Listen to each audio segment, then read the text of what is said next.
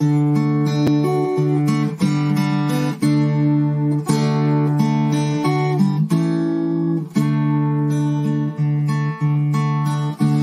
the off-made recruit he goes out to the east, he acts like a babe and he drinks like a beast, and he wonders because he is frequent deceased, ere he's fit for to serve as a soldier. Serve, serve, serve as a soldier, serve, serve, serve as a soldier, serve, serve, serve as a soldier, soldier of the Queen.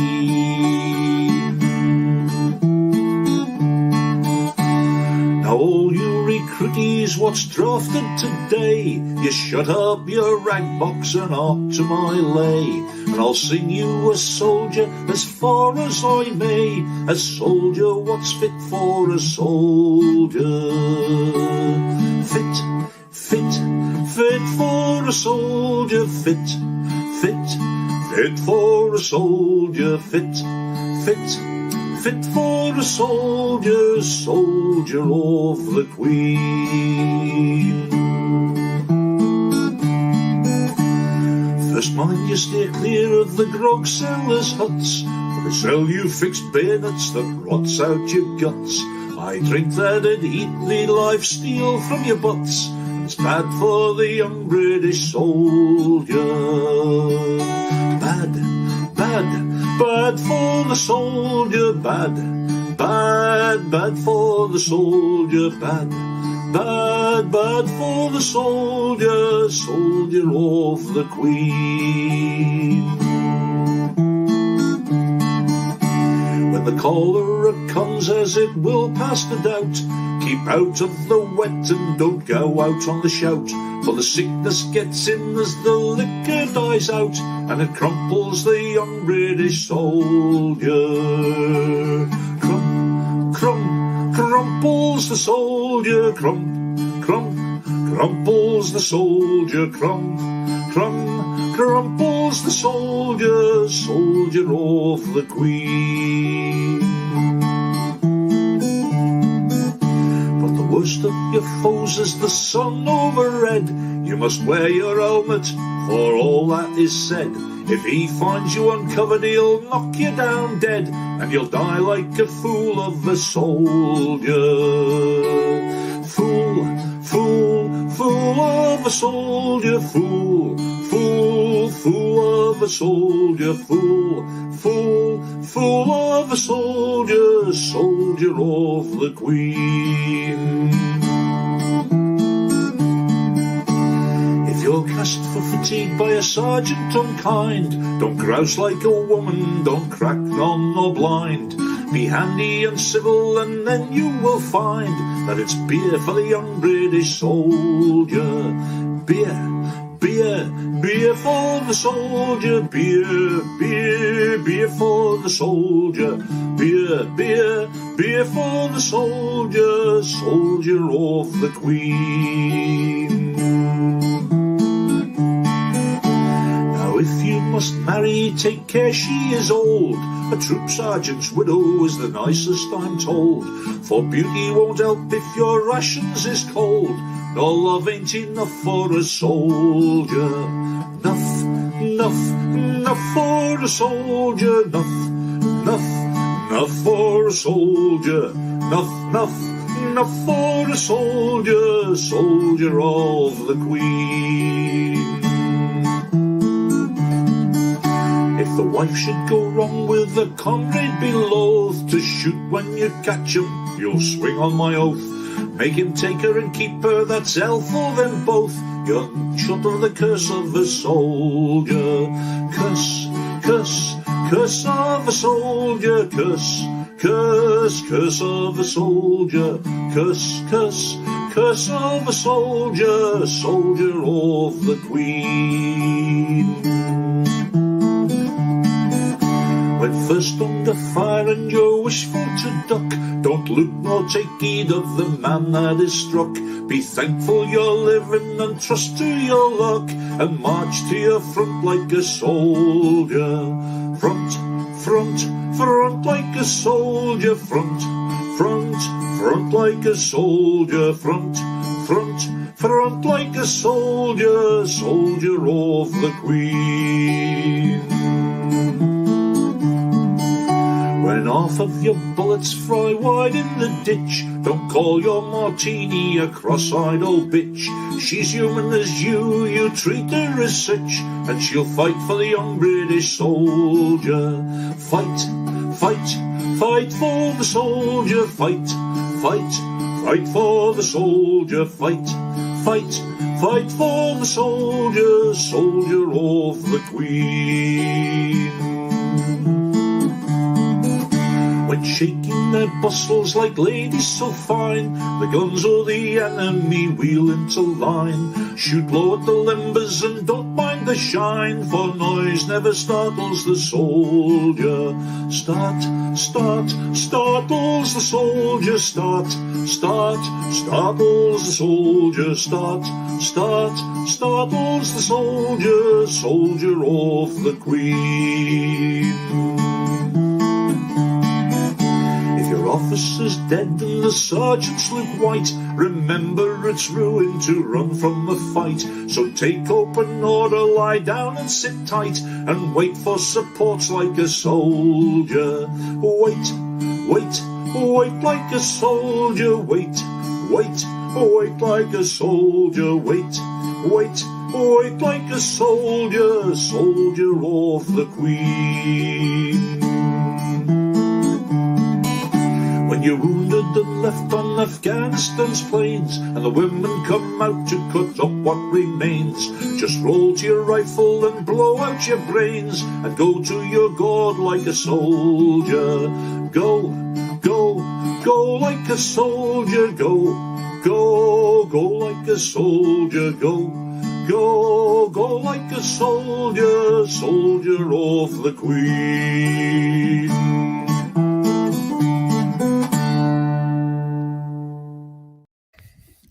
Good evening, everybody, and welcome to the Political Pigpen, Season 2, Episode 2, The Graveyard of Empires. For those of you who do not know, the Graveyard of Empires was a term that was coined in the late 1890s by Rudyard Kipling, who was actually the original composer of the poem that was put to song back during the introduction. But yes, referring to Afghanistan, which very few empires in world history have actually been able to hold on to for an extended period of time. Either way, we have a great panel for you here this evening. George Veristacrum, Ray Marasamy, Darth Kilhoun, and first-timer Dr. Globe. How are all of you guys doing this evening? Well, I'm doing good, since nobody else is saying. I'm doing good. I'm very flattered I was selected for this. So thank you for having me on your show. Absolutely. Should we introduce ourselves? Yes, we'll go in order, like always. Beginning with George, and then we'll go right to left. So, George. Oh, yes, hello. I'm George, and, don't really have much going on. Don't have anything to shill. I guess I could say, if you want free books, check out Library Genesis. Okay, good to have you on again, George. Next, we have Rusticum. Hello, I'm Verusticum, but you can just call me Ver for short. I made the thumbnail for this stream yet again, and the intermission and the coming soon pictures you saw. So my politics is all over the place. On economics, I'm basically a post-Keynesian neo-corporatist. On social issues, I tend to get 50-50 on the progressive versus traditionalist civil axis. But I'm also a civic and cultural nationalist. On foreign policy, which I feel is important to this discussion, I'm an imperialist. I want the U.S. to maximize her prestige and security in the promotion of her self-interest and the spreading of civilization. And the logical conclusion of this, I admit, is world domination. And this empire is justified through the will to power and the fact that the international system is the Hobbesian state of nature, which necessitates that states must augment their strength in to ensure their long-term welfare and survival. Well, welcome, Veristacrum. Good to have you on again. Next, we have Ray Marasamy, who is one of my most popular guests. Surprised how popular she actually is. No, that came I'm out wrong. surprised That too. came out wrong, but I mean specifically with my audience. I'm surprised too. So, I'll give my introduction. So, I'm a cultural commentator and political analyst from the perspective of socialist third worldism tendency and an advocate of Pan-Asianism. I do live streams at Stage 501, and those live streams focus on current events. I'm always willing to talk to people from all sides of the political spectrum. Haven't done a stream in quite a while, but we'll be rebooting at some point in this year when I'm unbusy enough to actually do so. I mean, we're currently staring into the void of COVID-19 for the past 2 years, probably 3 years if we keep going at this, so things have been quite busy. I'm also a systems analyst working in the defense sector. We do other things, and what's the other thing that I do again? Someone remind me? Oh yeah, something about sustainable diversification of natural gas supply, which is basically like some Dr. Eggman stuff. We don't talk about. You forgot the post-colonial feminist bit. Oh yes, post-colonial feminism as well. Also very good. And Al was third With world. that said, I guess this stream is like about Afghanistan, and I have a lot of comments to make on Afghanistan, given that Afghanistan was the war that kind of like got me into all of this in the first place. Welcome once again, Ray. Up next, we have our only military man on the stream right now. Your active army, aren't you, Kilhoun? Go ahead and introduce yourself. Yes, I am a professional E4 Mafia member in the glorious United States Army that doesn't know how to conquer a nation to save its life. I'm never deployed to Afghanistan, but let's just say I know of the repercussions from the military side of things and how it's really demoralized us, and offer my at least military opinion on the whole topic. Great to have you on, Darth Kilhoun. And last but certainly not least, our first time guest, Dr. Globe. How are you doing this evening? Want to go ahead and introduce yourself? Hello, I'm Dr. Globe. I'm from Memphis, Tennessee, but I go to college in Vermont. I identify as a liberal internationalist for the most part. What else? I'm very interested. I'm a geography buff, so I'm very interested in geography. Always have been since I was in 5th grade. That's kind of extended into over time. I started to after I learned every country and their capital and their state and even sub-provincial divisions and stuff. I became interested in learning about each country, their cultures and their political situations, and so that's how I became very fascinated in everything that has something to do with the world, everything that's going wrong with the world. And definitely one of the most fun things I like to talk about is definitely global geopolitics. So so I have a very liberal view of the world. I think that all cultures should be respected to some degree, and I think culture should influence others. And I don't think they should be biased toward one certain culture around the world, because I think that is the best way to unify our world. Okay. Wait, so does that mean you can you can do the song from Animaniacs? Well, Where that's he kind does of that's geographically inaccurate. United actually. States, Panama, Mexico. Okay, I can't remember those. Like, why did I even try to do that? Anyway, it's great to have you all on here this evening for the Graveyard of Empires. This stream has been a long time in the making. I know I've been saying we're going to do this probably for the past couple of months. But I said it was going to be, I promised it was going to be the second episode of the second season once we would start up again, which was last week. For those of you who have not taken a look, episode 1, Hindsight's 2020. That is the name of it. I'd suggest you guys check that out once this stream is over. But yeah, no, great to have you guys on. We're going to start with, actually, Varisticum, you're the one who helped me format this entire episode. I will let you actually go ahead and present the different segments that we'll be doing. I just think it's only fair that you go ahead and do that. All right, so the first segment we're going to be dealing with tonight is, was the war in Afghanistan justified? Why or why not? And should we have gone there in the first place? The other segments, I believe, the second one, darn, I should have written this down. The second one involves, God damn it, you're putting me on the spot, man. I gave you the list of all the segments. Okay, fine, hold on. Yeah, no, the only problem was I didn't have the list right up in front of me. That was really the only reason. I know you said. Okay, so number 1, was the war in Afghanistan justified? Should we have gone there in the first place? That is going to be the longest segment, more or less. Each of you guys are going to have opening statements to go through. I, as always, will be the moderator. I'm a much better moderator than I am a debater. I'm going to outright say that, even though I'm going to butt in, of course, as always. Section number 2: should we have pulled out of Afghanistan? Why or why not? After that, we're going to be followed by a short intermission, about 5 minutes. After that, we will be doing how could we have handled the withdrawal better, followed by should we or are we going to return to the war eventually. I hope all of you have prepared at least a little bit of something, whether in something in depth or if you at least have notes to kind of go off on the spot. I have a pretty in-depth opening statement for the first segment. Either way, I'm going to give each of you 4 minutes max to make your opening statements. You might want to give me 5 because... I'll give you 5. Fine. I'll give you 5 minutes. I'll give each of you 5 minutes to make your respective opening statements. I know most of you won't use your full time, but the 5 minutes is mostly because Risticum, because he was very, very invested in this, in his research and his writing. And I know you said something about you wanted to turn this into a blog post at some point for your Substack. But so, yeah, we're going to go. Opening statements. We are going to start with George, and we are going to go in order. I'm going to have everybody muted until each of you are done, of course. So there we go. George, no, you don't have to. You should, like, I don't know. They don't. We're starting with muted. You don't have to be muted, no. So people could like interject and interrupt if I say something stupid. Well, no, these are just opening statements. Oh. Yeah, no interruptions. So wait, like opening statement for this topic, or just like the entire topic? Stick? The topic.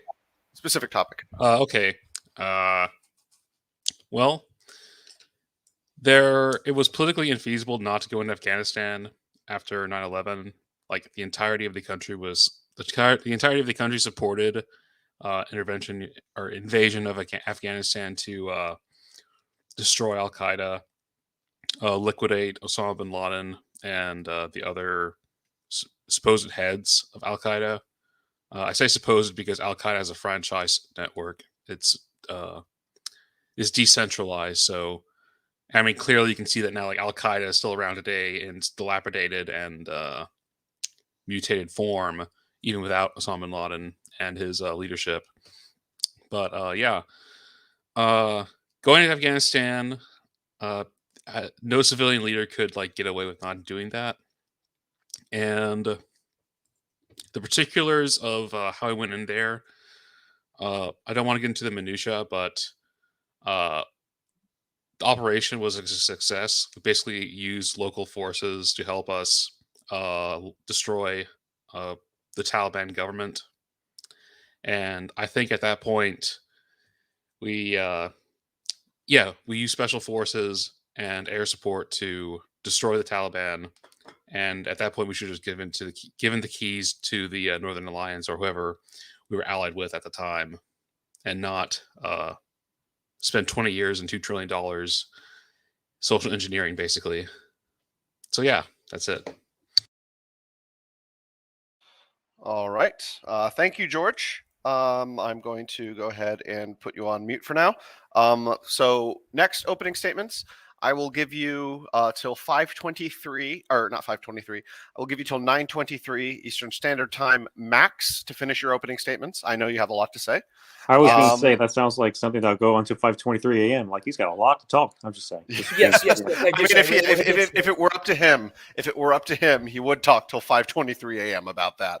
Yes. But either way, whenever you're ready, Rusticum. Yes, I am. Okay, so the question is, should we have gone into Afghanistan? I would argue most definitely. The U.S. didn't even begin the war. War was declared on us when Al Qaeda launched a strategic attack on the World Trade Center nearly 11 years ago. This means the U.S. had every right to retaliate, every right to seek retribution. The goal of the war in Afghanistan was to deprive those responsible for 9/11 a sanctuary to carry out terrorist attacks in the future, and to cripple the Taliban regime for doing too little too late to stop Al Qaeda. The Taliban could have handed Osama bin Laden over to Turkey, to Saudi Arabia, to Pakistan, to other Islamic countries throughout the 90s, up to 2001, yet they refused for clearly ideological reasons. There are 3 reasons, however, why I believe the US had a national interest in Afghanistan and why it needed to stay after it defeated the Taliban. One, to prevent terrorism. In the absence of a stable administration to replace the Taliban, the regime would speedily retake the country, with the threat of them harboring terrorists once more remaining a problem. Also, keep in mind that this concern was proven correct after we withdrew, and contrary to the unspeakably foolish opinions expressed by people like Josie Rose, the Taliban didn't become a political party seeking to win seats through democratic and peaceful means. By ensuring the Taliban couldn't control too much of Afghanistan and suppressing insurgencies, our occupation essentially thwarted terrorist activities from that country. Second reason is natural resources. Afghanistan is home to highly valuable resources, including copper, gold, lead, zinc, gemstones, rare earths, and natural gas. If these natural resources got into the wrong hands, that would be a terrible situation. I will expand upon this in my opening statement for the next segment, but having a republic in Afghanistan that is otherwise friendly to the US is better than not having access to those resources at all, or even worse, an even worse actor using them later. And finally, although this is a more recent development, and Ray is going to strongly disagree with this, the reason we needed to stay in Afghanistan is containing China.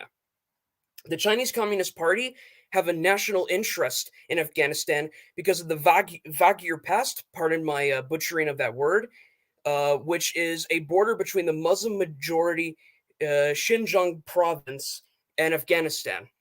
Considering the abundance of terrorism in that province, China is rightfully concerned, irrespective of their genocidal response to such threats, that groups ideologically aligned with Uyghur extremism will influence the population. And also because of the Belt and Road Initiative, which, under suitable conditions, may include Afghanistan and its natural resources. So before I finish this up, a certain someone here will argue that the anti-terrorist argument is a meme because you're more likely to die from a t-shirt randomly catching on fire than to be killed by a terrorist. This fails on two counts. First, this is like a so-called progressive saying, yes, murder rates are definitely skyrocketing in places like Chicago, but it's a nothing burger because you're more likely to die from heart disease than be shot or stabbed to death. I hope the ladies and gentlemen watching the stream apprehend fully that there's an astronomical moral difference between deaths due to nature's cruelty or freakish accidents and bloody murder. And second, while terrorists do often target random civilians, in many cases they go after high-profile targets, which hurts society at large. Case in point, the bombings of the World Trade Center in both 1993 and 2001, both of which caused serious damage to America's economy. It isn't just death here. It is the stability of institutions necessary for a functioning society. So the too long didn't listen to what I just said. The U.S. had a national interest in Afghanistan. You have 20 seconds. For anti-terrorist insurance, natural resources, and to contain China. Do we make mistakes? Yes, we could have given them better military resources. We should have invested in an industrial revolution to undermine the semi-feudal nature of their regime. But overall, if these interests are valid, we should have stayed there until the job is done. And I yield my time. Thank you, Verusticum. You sure do have a lot to say on that topic. Next, we will go to Ray Murasami. Have you prepared? Do you have any opening statements that you would like to say? Again, 5 minutes is max. But it'll be the shortest one. I think it'll be the shortest one you're going to hear because much of it is stuff that I've said before and has already been said by the two who preceded me. So I'm not going to repeat things which have already been said that I would have said, if that makes sense. So, I mean, my perspective on this is that yes, it was appropriate that a coalition of states responded to what happened on September 11, 2001. It was an attack that could be considered a betrayal by the United States because the United States had not done anything that should have been offensive toward the parties that attacked it. Now, if you think about it this way, I mean, some people may be surprised by this because they've been told repeatedly that the United States sort of brought that on itself in some bizarre way. That's not true. The United States actually spent the entirety of the Cold War doing nothing but, I mean, can I actually say it as boldly as this? Like, can we just be straight talking about it? Yeah. The United States spent the entire time kissing the backside of Islamic fundamentalism during the Cold War, and then ended up in that situation despite that. So, I mean, from my perspective, it seems as though Mullah Omar decided that he was actually going to double-cross the United States and attack them for literally no reason whatsoever. So it should not have been surprising to anyone at that point that the United States chose to respond to that attack by invading the location from which the attack had come, with an intent to remove from power those who are harboring Al Qaeda and its fighters, essentially. So there is that. However, the United States is what it is, and so there was always this lingering suspicion or lingering view that if something else came along, the United States would find something else to do and end up abandoning that task halfway through. It would have been nice, perhaps, if they had completed the job, because then it would be one less problem on planet Earth to deal with. It doesn't matter who dealt with it, someone had to deal with it at some point. But unfortunately, it seems as though they have not done this, because as per usual, liberal democracy has produced a situation in which everyone kind of got bored of the conflict, and then of course it also produced a situation of what could be described as rampant waste of resources, i.e. resources being poured into a location, but then not put into productive use, which then resulted in a defeat. Guess you could call it a defeat, because, and a defeat by choice, because I mean the technological differential between what the United States could bring to bear versus what the Taliban could bring to bear was enormous, and yet the United States chose to accept defeat last year or the year before. You start to forget which year it is now. So with that said, I'll let go the rest of my time. Okay, thank you so much, Ray. Next up, we have Darth Kilhoun. Darth Kilhoun, 9:30 Eastern Standard Time will be the max time that you have. That's when we'll stop. I know you probably wouldn't use all of your time, but I just wanted to let you know. All right. So I have a very simple view of the war, at least in the very beginning. In 2001, after 9/11, I am completely supportive of the invasion because the Taliban were harboring Al Qaeda. Yes, that has been confirmed, and yes, not a conspiracy that we went in there for other reasons. But post 2002, when we already occupied all of Afghanistan, we had effective control of the region. We had control of all the major cities, roads, infrastructure. That we squandered the opportunity to exfil in 2002 and get out with a peaceful resolution to the conflict by reestablishing the old monarchy when King Mohammed Zamir Shah offered to George W. Bush to bring stability to the region by gaining the loyalty of the tribes back under his throne, which he did still have at that time period, which could have cut down our occupation by literally 19 years, potentially. But no, we squandered that opportunity to try to inflict upon those poor people American consumerism, liberal democracy, and all these other evil forces of the world. So initially, yes, we were justified, but after we had the opportunity to leave, we were unjustified in the occupation. And that is my very simple opinion on the matter. All right, thank you so much, Darth Kilhoun. Finally, opening statements of Dr. Globe, if you've prepared anything. I will give you till 9:32 Eastern Standard Time max.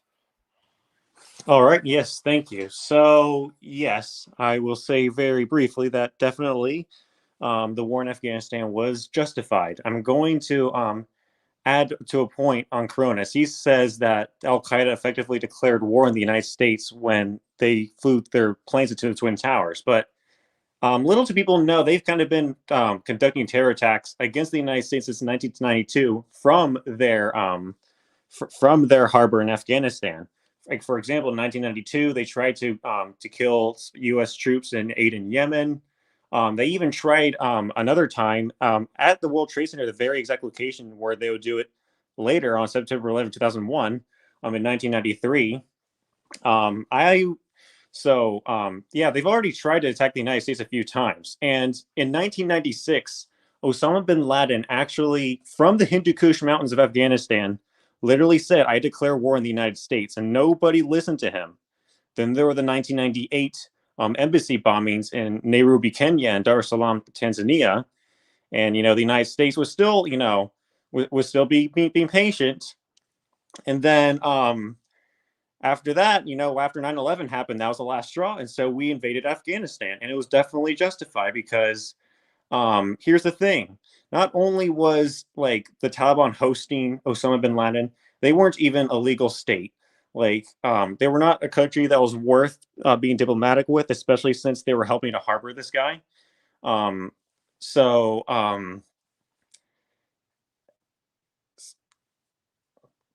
yeah, so basically, the Taliban was a very repressive government where they would whip women, they would beat children, they never knew how to manage an economy, and there was no good sides to having the Taliban stay in power anyway.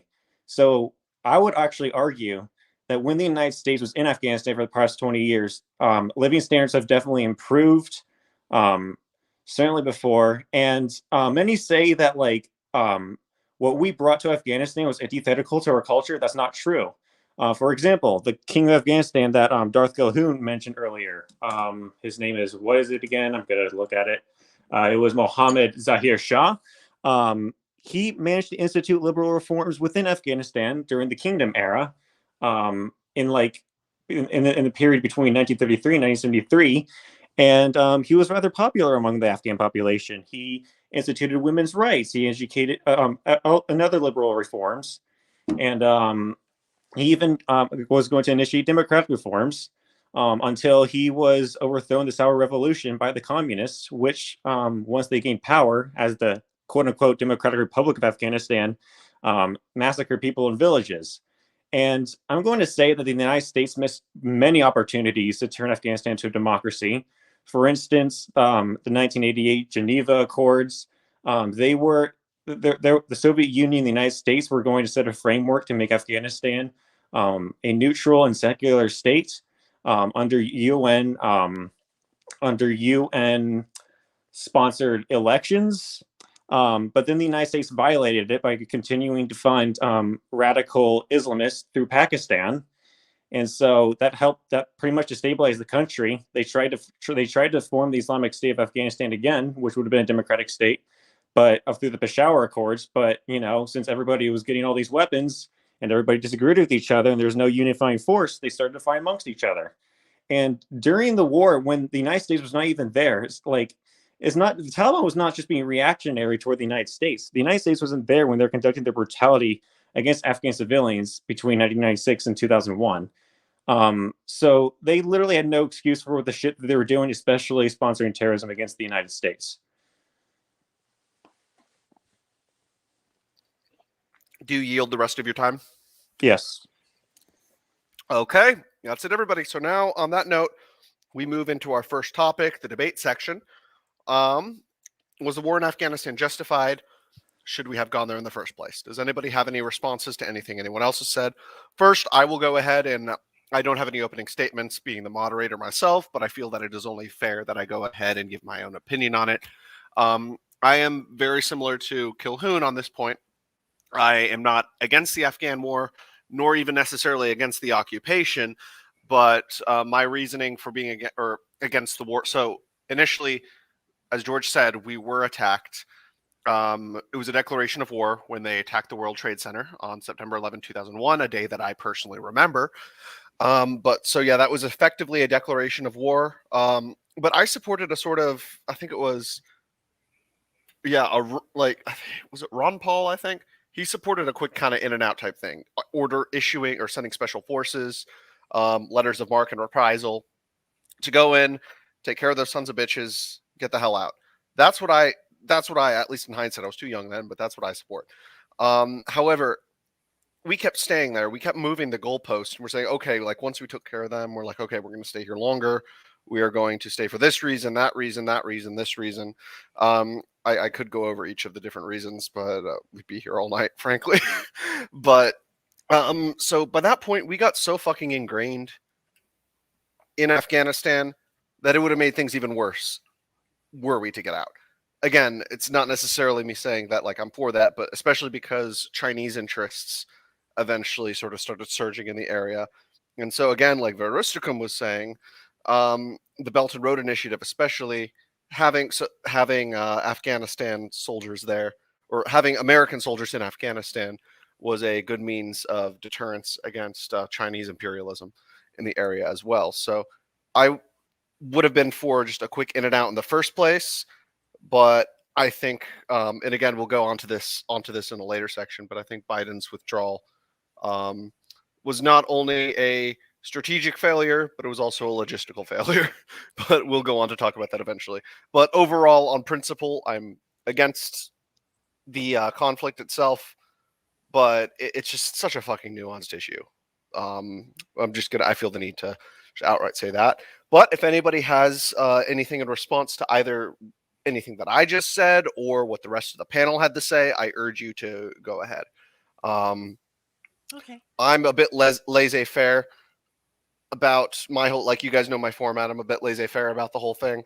So I'm not going to go one by one and say, hey, what do you have to respond to this guy? What do you have to respond to this guy? I'll let it self-moderate. If it gets too chaotic, I'll mute people. I'm going to be authoritarian about this tonight. But for the most part, I'll just let you guys go ahead and respond to anything that you feel the need to respond to. I think, Ray, Okay, you said you had something to start with? I want to jump in on the regional dynamics thing. So, I mean, we all agree that the Taliban is essentially an extension of Pakistan's strategic will at this point, right? Absolutely. They would like Kinda. that, certainly. Not always, of course. Because it sometimes backfires, they wish right? they wish it were that simple, but Yeah.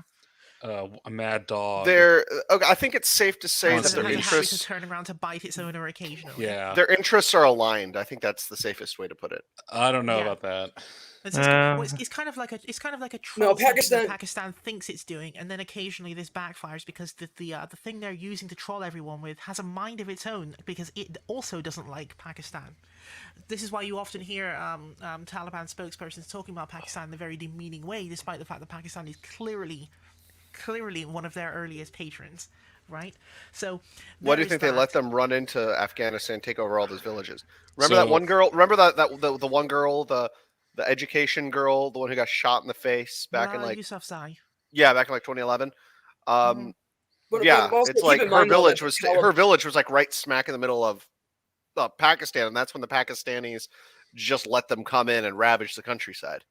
Well, yeah, but also keep in mind though that Pakistani intelligence and the Taliban, although they have like worked with each other in the past, right now the Taliban. I'm going to link an article in the private chat if I can find it. But basically, the Pakistani intelligence right now is trying to overthrow the Taliban with other militia groups that they feel serve their interests. And to respond to Ray very quickly, as a sort of a joke, who actually likes Pakistan? Let's be real here. Almost no one, given their track I think record. I think that the United States, at least over the course of the past 7 years, I think it really began with Obama. We've been exerting a lot of influence over Pakistan. I wouldn't call them necessarily a U.S. vassal state at this point. Oh hell, no, they're more like a Chinese vassal state. I think it's kind of mixed. We're basically fighting over, like, we have elements in the vassal state's not really I mean, it's still an independent country, right? Client, maybe unofficial client is the best. Not way even to that. Put it. No, I wouldn't say that. No. I'd say I'd say we are currently contested with China. Like, we have elements in their government. China has elements in their government. We're both fighting for control of their vassalhood. Their de facto vassalhood. I say that the United States has more military influence over Pakistan. China has more economic influence over Pakistan. Yeah. That's exactly what I mean by saying we have we effectively have elements in their institutions.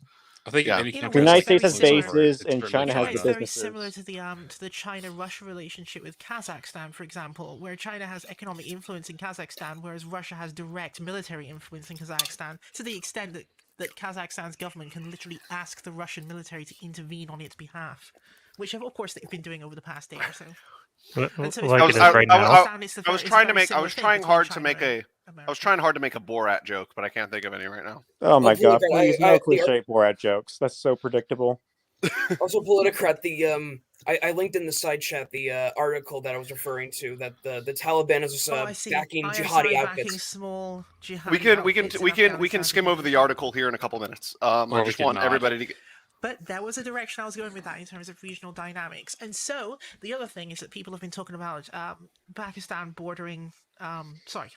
Afghanistan, bordering Xinjiang province, and what this all means. And so this is one of those things where we could have predicted it coming in a more pessimistic sense, because there were people unfortunately writing articles. The United States has a habit of having its analysts write articles while being in government, so then you can actually figure out what they're going to do before they do it because they've told you.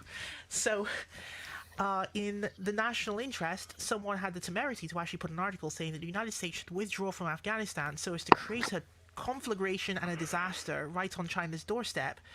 Remember, Ray, I just want to say, Ray, we're not talking about the withdrawal at the moment. We're talking about specifically should we have gone in the first place. Oh, should I think everyone agrees with that. We can move on to withdrawal. Yeah, everyone has already agreed with that. Okay, well, fair enough. Well, no, but we also disagree, however, on whether or not we should have stayed, because George and Kilhoun believe we should have just gone in, got the job done, and then as soon as we stopped the Taliban and defeated Al Qaeda, we should have just packed our bags and left. So I Me actually and Dr. agree. Globe, however, believe we should have stayed there. I actually agree with Darth Kilhoun on one point. I do think that we should have accepted. Mohammed Zahir Shah is actually the king of Afghanistan. He was a relatively popular unifying figure. Yeah, I agree. It was something more empathetic to Afghan culture in a way to do that.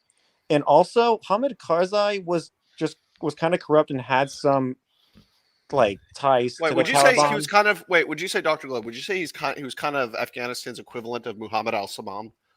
Of what? Muhammad al-Salman. He's the guy. He's the Saudi crown prince currently leading liberalization efforts in Saudi. Yeah, kind of. But he was also very corrupt, and he didn't do a lot to fight the Taliban after he became president. No, I'm talking about Muhammad al-Salman in Saudi Arabia. I wonder who's. Yeah, but what do you mean? I don't really know. I wonder who'd be more insulted if you called Hamid Karzai MBS or. Yeah. Oh gosh. I do want to say. Fuck off, George. I would say Ashraf Ghani. I don't know. I do want to say one thing. And also, hey, let Dr. Globe finish. Let Dr. Globe finish. They're kind of hard to compare because the situations in Afghanistan and Saudi Arabia were so different. I just want to say one thing. I also agree with Darth Kilhoun that our overemphasis on spreading democracy started by Bush Jr. was a big part of our undoing, because I'm not a fan of imposing democracy on other countries.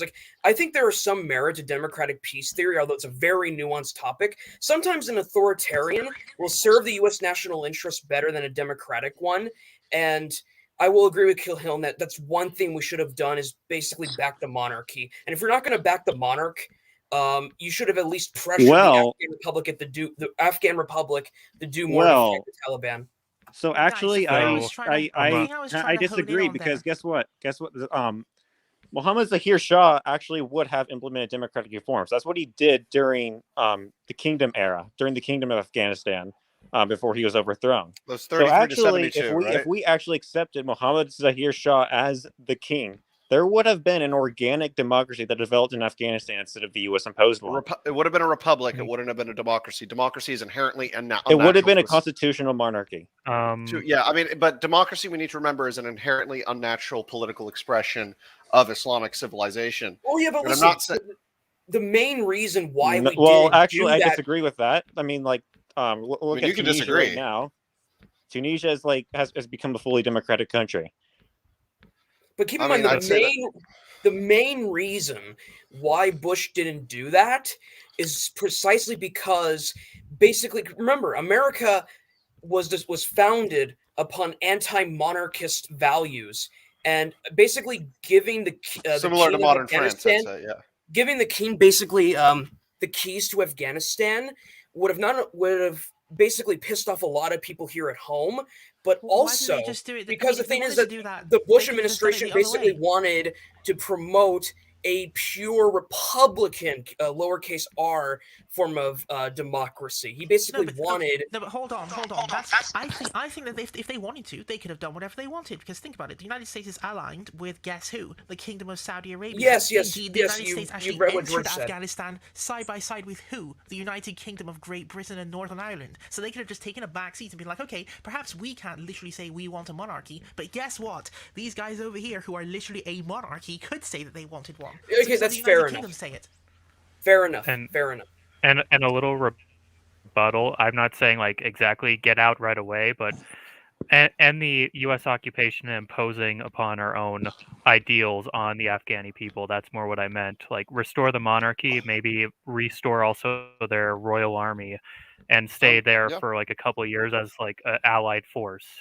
No, that's why the thing is. So my view on empire is that it should not be like direct military occupation, because not only does that overextend ourselves in terms of resources and troops and everything, it also builds resentment. This is pretty much this literally is a fact, especially when it comes to Afghanistan. What I think, so I believe more in offshore balancing as a sort of imperial tactic, kind of what the late British Empire did in a lot of regards. So basically, but except a little more decentralized, I would say. But so instead of having like all this military occupation over the world and all these different countries and occupying them, what we should do is we should sort of build loyalty for these other countries. We should help build them up, and then so they'll have their own national armies, which will answer the call if ever we have some kind of major major conflict we need to get into. So kind of like, again, de facto vassal states, de facto clients, not necessarily official, but sort of an empire based upon these sort of connections we have. So hold on. But would these be sovereign countries, or are you proposing that this would be a de facto U.S.-led Warsaw Pact? Both. Both. So Yeah. what do you mean? What do you mean? What do I mean? Well, how would it be both? I mean, when Politico refers to offshore balancing, he's referring to, for example, what the U.S. did during the Cold War, aligning ourselves with dictators, maybe backing a coup or two to ensure that there was an imbalance of power between the U.S. and the Soviet Union, particularly in favor of the U.S.'s side. Offensive. I think that refers to NATO. I support a hegemonic empire, more or less. That's probably the best way to say it. By what costs? Excuse me, by what? But by what cost? Like, what are you willing to do it through utilitarianism, for example? That's essentially the argument that I'm predicating it on. Yeah, I disagree with that. I think we should build allies by helping to install liberal values in the best way we can in the context of their cultures. I agree with that too. We're essentially saying the same thing. I'm just being a little more overt about it. You're just saying it with no. You're just better at optics than I am. Okay. I don't think that would have been possible at any rate.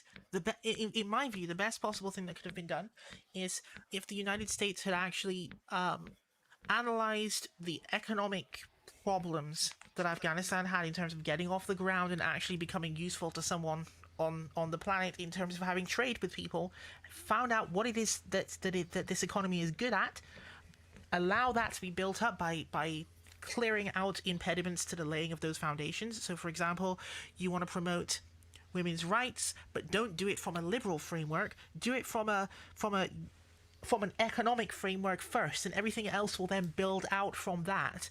Because you can't just impose it in a top-down way and come in and say, okay, well, we have certain beliefs, and we would like you to adopt those beliefs. They have to be worked out in the economy in order for it to happen. And then at that point, you don't need to do a weird kind of neo-colonialist project on them. They'll build their own country, and if they're happily disposed towards you, then they may just enter into alliance with you naturally of their own free will. Or even if they don't do that, they'd be part of the regional economic framework at any rate, and they would have a vested interest in making sure that the aforementioned terrorists do not re-establish a foothold in the midst of their newly industrializing and so-called productive country that they're building. Right? Because obviously whoever the stakeholders in charge are, they're not going to want these yahoos running around creating disturbances on a constant day-to-day basis. So they would squash them automatically. Quite similar to what you all saw manifest when Saddam Hussein was in charge in Iraq, for example. Saddam Hussein, people may not have liked him, but guess what didn't manifest on his watch? Radical Islamic fundamentalist terrorism. Because guess what? Saddam Hussein doesn't want competition. Okay, so first, I actually would agree with Ray on this, especially on the part about economics. I think one big mistake the U.S. Made was not investing in Afghanistan's industrialization. Because keep in mind, the Taliban thrives of being able to manipulate the peasantry. They are a semi-feudal society. It was almost as though the United States had learned lessons in Iraq the first time during the 1980s, and then bizarrely refused to apply those lessons to Afghanistan. Exactly. The thing is that if we help them industrialize, if we funded more or less an industrial revolution in Afghanistan, that would have undermined Taliban rule in a nutshell, because then there would have been less of a impoverished peasantry that the Taliban could manipulate into supporting them. And another point that Ray made earlier in her opening statement, I will agree with her somewhat on a whole idea of America screwing up, even though the international community doesn't want them to.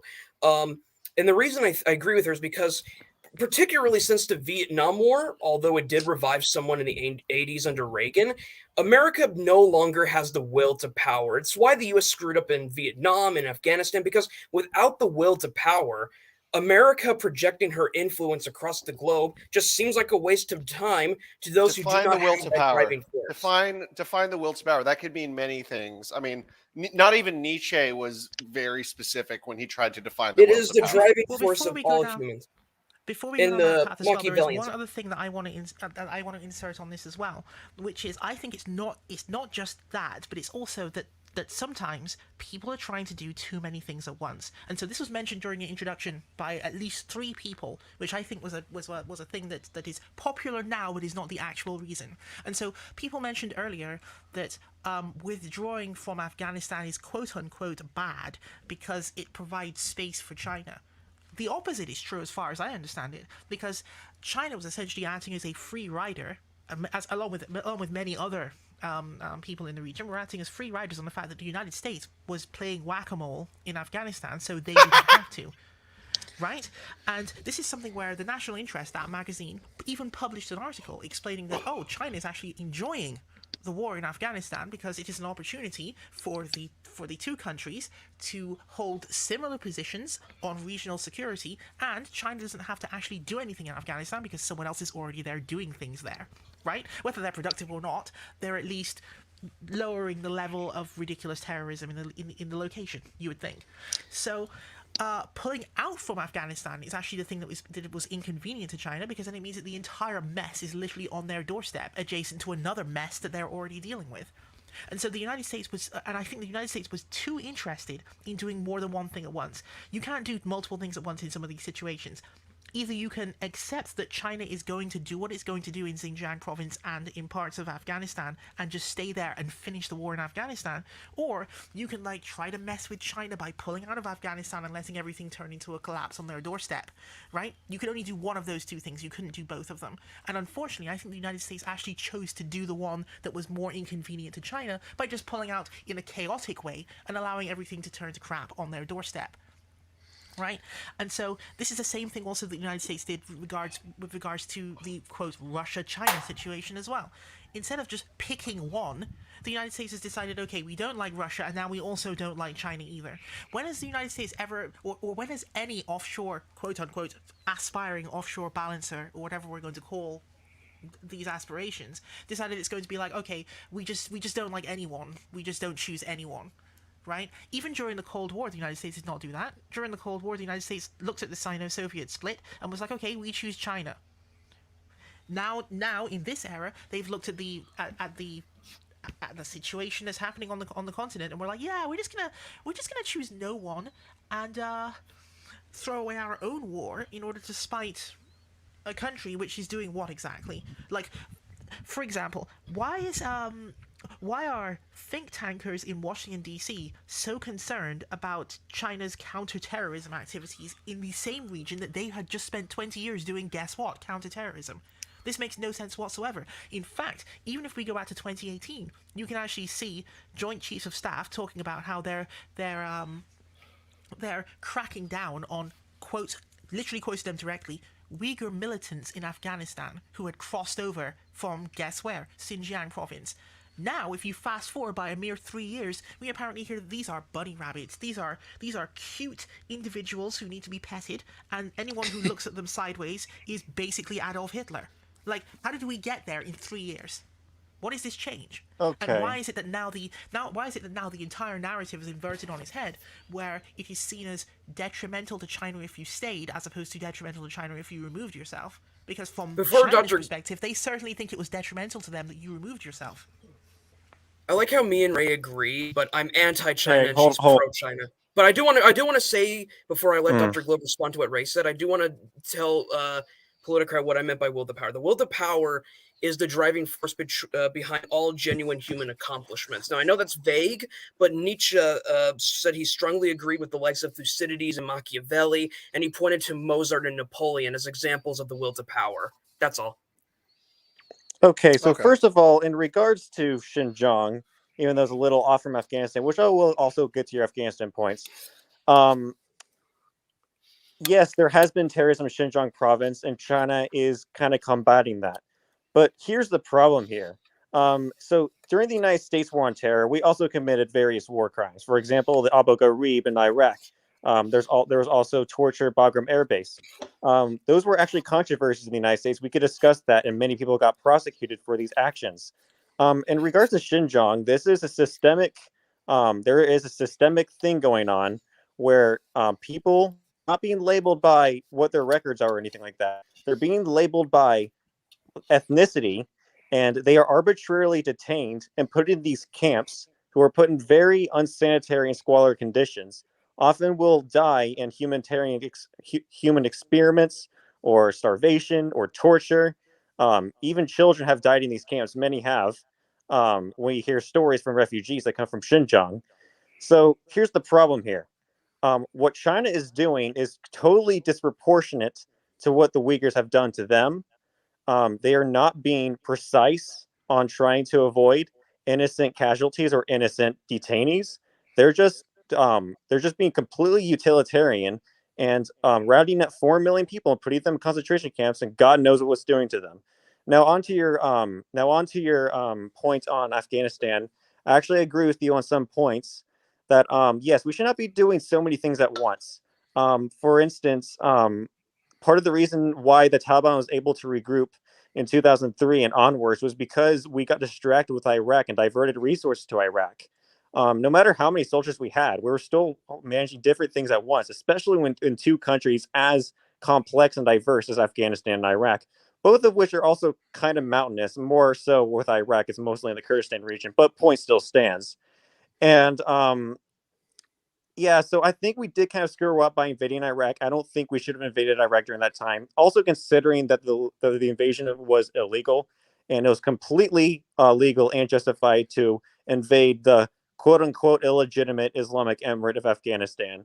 Not to mention that their human rights violations were among the worst in the world.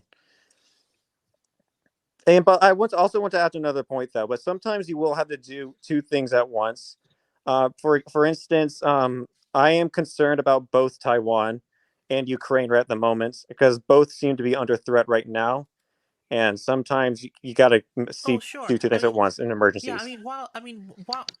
Sometimes it is possible to be doing two things at once, provided I suppose if they're in the same if they at least have the same narrative. So I mean, you could argue that okay, well maybe you don't have enough resources to divide between focusing on these two issues, but at least when presented in the press, the narratives sound the same. Such as you can say, for example, oh, Ukraine is having its sovereignty encroached on by Russian Federation, or you can say Taiwan is quote unquote under threat from mainland China's desire to unify itself with that location, right? So you could say that. But then when you come to a question like Afghanistan, for example, it becomes difficult in the narrative to be like, we're doing a global war on terror to tramp down on Islamic fundamentalist terrorism in Afghanistan, but also right next door, we freaking love them. Or we think that every complaint made by people right next door is probably valid, and we should certainly be viewed as protectors of the human rights of those who are seeking to create a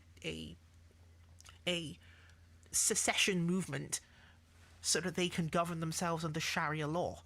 So I mean, that kind of narrative where you can't do two things at once, that's what I mean by that, because you can't be both against the establishment of Sharia law in a location and then literally right next door be in favor of a group of people who wants to create a secessionist movement so they can establish Sharia law.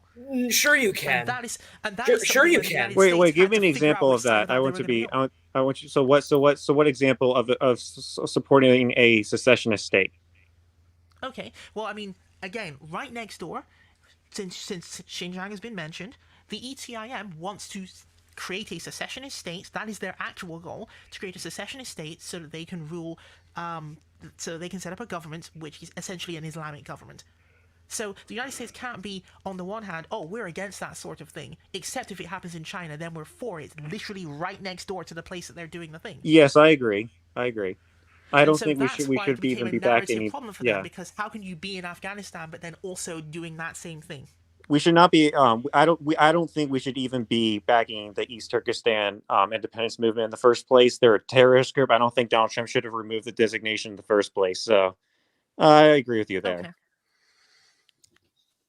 Okay. Yeah. So thankfully, with the existence of these demented analysts that write on blogs or whatever, or what might as well be blogs, thankfully or unfortunately, American foreign policy decision making is more chaotic and more more a child of circumstance than we'd like to think.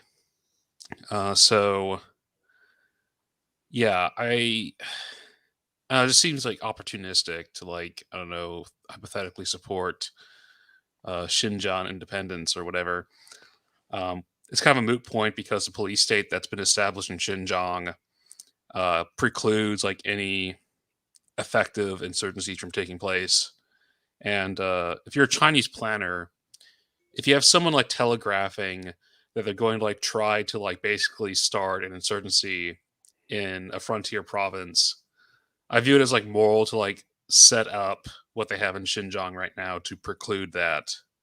If your options are either do nothing and have a civil war later, or do this and make Westerners angry, which doesn't matter because they buy your crap and they don't want to piss you off anyway. And they were going to be angry anyway. Yeah. And also this is another thing that I'll mention since we're on the issue of setting up the quote unquote panopticon, etc. Right? This was a debate that happened just before what happened in Syria as well. Because I don't know if you all remember this, but there was a lot of debate during the time when people were referring to Syria as the quote unquote last Stalinist state, which is inaccurate, of course, because it's not a Stalinist state. But people were calling it that because Syria had this weird internet policy where you weren't allowed to have internet. Right? So, yeah, the internet policy of just not having an internet, right? So, Syria had that for quite a while where you just there were almost I wouldn't no call that an Syrians on internet the policy. I'd call that a no internet policy. Yeah, the no internet policy of we're just not developing out this. Doesn't North this Korea have infrastructure something similar to at that? all. No, because Dude, North Korea probably has their own knockoff internet. They do have their own knockoff internet. What's it called? The Kimmernet? I don't know, but they have 10 sites. That's it. Basically, Syria. Pornhub. No, it's Pornhub, YouPorn, XXXNX. Don't auth lefts MILFHunter.com. porn also. Yeah, it probably wouldn't be anything like that either. But basically, no. Syria was in a situation where it was it wasn't even like North Korea where you had knockoff stuff. It was it just didn't exist. So what ended up happening, and someone's going to dispute this later and say that I'm overemphasizing what didn't exist means. Okay, so there were some people who could get onto the internet, but there was no, how can I put this? The infrastructure of the country and the way that the whole thing was set up, there wasn't a large number of rural people prancing around on the internet having conversations in WhatsApp. That was literally not a thing. So eventually this became a thing because there was a relaxation of restrictions. There was a sort of a rising up of wealth because there was plus 11% GDP growth year on year for a couple of years going forward. A middle class was starting to just kind of begin to form, so it wasn't just the people who were running the country who had wealth. It was doing a sort of, dare I say it, trickle down effect. Oh, hold on. I'm sorry. Just want to see what Net7 has to say. Effect, depending on how you look at it. No internet. How would one do their homework? LOL. I mean, who visits the library anymore? I can imagine libraries virtual learning, guys. Libraries in Syria were probably extremely mad when the relaxation came in. And so the relaxation happened, people started going on the internet, and immediately there was a debate among developing countries that involved China, apparently, in which they were yeah, about this whole letting people go on the internet because it would be really nice and a happy place for fun people to make friends with each other. Yeah, there's also some bad things that can happen on the internet because Americans exist and will facilitate protests against you. So maybe you should kind of have some kind kind of monitoring software or some kind of packet inspection in order to find out what your citizens are talking Yeah, about. do what China does, and maybe basically. also But some geospatial intelligence, so you can find out where they're talking about bad things, if they are talking about bad things. the And problem Syrian with government that, was though, like, the Syrian government did respond to this. The Syrian government was like, nah, we can't see any problems that could possibly develop from this. The people surely Okay. are not going to just do a bad thing because we're not watching them. We trust them. It's going to be fine. And then, of course, Okay, you know there's exactly a what problem happened. with They this. all went onto Western apps and started having conversations about the Muslim Brotherhood that they wanted to become part of. Okay, there's a big problem with your analysis, though. China, which has a monitoring system, they heavily regulate their internet, and they even convinced Western corporations to abide by their laws. They didn't end up like They Syria. still have VPNs. Like, if someone's really desperate enough to, and VPNs are commonplace in China, by the way. People use VPNs all the time to Yeah, but think about bypass it. Chinese monitoring. Sure, but think about it this way: most of the how can I put this? Most of the Islamic fundamentalist movements that seem to crop up tend to have a stratum, an upper stratum of boomers who don't know how to prevent details about the devices they're using, the location they're using them from, and so on, from leaking out, even if they're attempting to use VPN software and stuff like this, because they will make mistakes, right?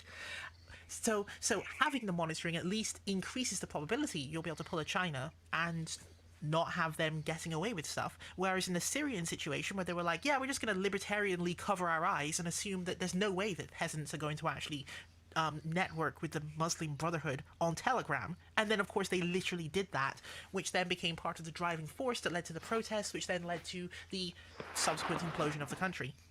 I guess you could call what happened in Syria one of the first internet-fueled uprisings that you had seen during the 2010s era, right? All of it could have been avoided if Syria had actually decided to, quote, be the bad guy at the beginning and just regulate the internet. But they didn't want to do that. They wanted to be like, oh, we're doing free and openness. Nothing bad can possibly come of this. And then we see the result.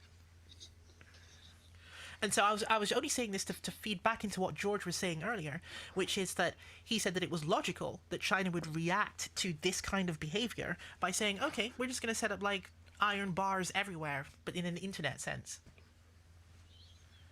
Well, not really iron bars, but like cameras that watch you, but in an internet sense. They're going to be monitoring everything, right? I mean, it makes logical sense that China would be monitoring everything in a frontier province, given everything that has happened prior to that moment. Yeah, and furthermore, so I don't know, we've kind of like muddled into whether saying was right. And so I was about to say we might as well just go ahead and move on to the next topic. Do you think we should? Okay, so this is my thing. So the next topics are: should we have pulled out of Afghanistan, and how could we have handled the withdrawal better? Do you guys think we should just go on to the That's not intermission the second now? topic. The second topic was Should we have pulled out of Afghanistan? Should we have pulled out? I'm saying that, yes. I'm saying second is should we have pulled out of Afghanistan, which is followed by how could we have handled the withdrawal better? Do you think it's best that we go to the intermission now and leave those as like back-to-back topics? It's only the second topic, No, though. start. Yeah, I know, start, that's start. the only You can thing. Start If the we, second topic. that's Right, the so thing because we should do it so after I think the second topic. I think after liquidating enough of the Taliban, I think it would have okay, been hold pretty on, easy George. to. Hold on. I was about to say, so yeah, I guess we'll just go into the next topic. Should we have pulled out of Afghanistan? Why or why not? I personally think we should have just scaled back because on the grounds that like we don't need like 5,000 U.S. soldiers there. If we would have left 1,000 soldiers, we have the most advanced military in the world. The question 1,000 is Are we going to soldiers. get opening One- statements again? 1,000. No, well, this is basically my like little brief opening statement since I'm the moderator. But 1,000, like what can 5,000 U.S. soldiers, the highest tech military in the world, do what 1,000 U.S. soldiers already can't? So at that point, it's just a matter. What did 100,000 U.S. depends- soldiers fail to Depends do? on the unit skill of the soldiers you're talking about, their assets. Like you can't just put out a number and actually. Yeah, I know. Kilhoun knows because he's a sucky soldier. No, I'm kidding. No, I'm kidding. But no, but in all seriousness, yes, I think we should what we should have done is we should have left like 1,000 of our most elite soldiers there, more or less. I know I'm using colloquial terms here, but more or less 1,000 experienced, a permanent garrison there of 1,000, and then used for additional support, local militias, and also the allied army there, just sort of like as sort of like an, I don't want to say embassy because that's not the truth, but sort of like a permanent defense force of U.S. soldiers there. I don't think we needed as many soldiers as we did there, but more or less, I think not only did we handle the withdrawal wrong, but I think that the outright withdrawal, especially because we've been ingrained there for so long, and because Chinese interests are very, very global, to say the very least, and it's right on their border. Or, yeah, essentially. Is it right on their border? Yes. Yes. Yeah, it is. That's right. It's next to Xinjiang. Yeah, that's right. Yeah, I was. Yeah. So because of that, I think that at this point, and I say this from more of a black pilled perspective, not an ideological perspective. It just getting out entirely was not just a logistical shit show; it was also a strategic shit show, and should not have happened. Strategic shit show. Yeah, we're all gonna have 5 But minutes. no, but we're gonna go on to. But on that note, we're gonna go on to opening statements again, just like the last segment. 5-minute max. I know most of you won't use it, but we will start with George. Now I'm going to go ahead and everybody mute them. Okay, good. Everyone's muted. George, take it away whenever you're ready. All right. I think after we destroyed enough of Al Qaeda that was satisfactory to us, and then liquidated enough of the Taliban. I mean, it could have been like, kill like kill like some portion of the Taliban leadership and say, hey, you can work with us or you can join your friends. I mean, there you go. You have an allied asterisk government there. You could have done that. You could have resuscitated the monarchy. You could have worked with the Northern Alliance. However, it was done. Much cheaper than what actually happened, which was 20 years of dicking around and, making a lot of households in Northern Virginia very wealthy. But other than that, the strategic purpose, staying in Afghanistan, as Ray alluded to earlier, it really like provided free. It allowed like other countries around to like free ride.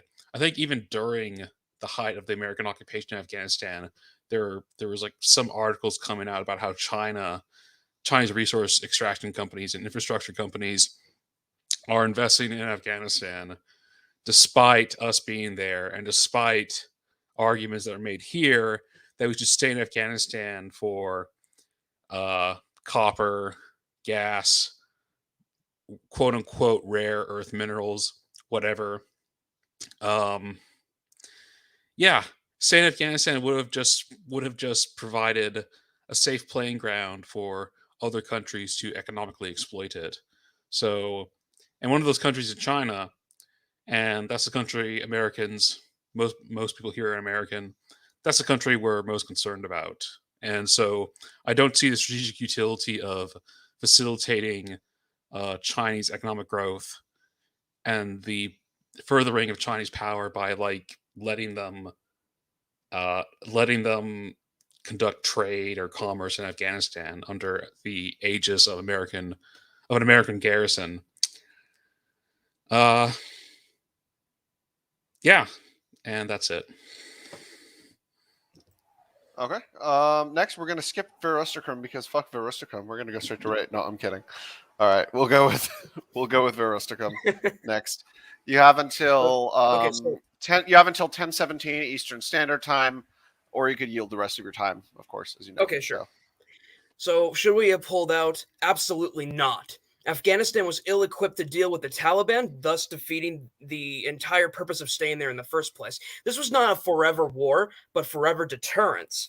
We should have stayed there until the job was done. Protecting South Korea from the DPRK involves 30,000 soldiers being stationed there, while in Afghanistan we had, if I recall correctly, about roughly 3,000, with minimal casualties on the American side towards the end of the occupation. The war also cost us, as George rightly mentioned, about $2.3 trillion over the span of 20 years, or $150 billion per year.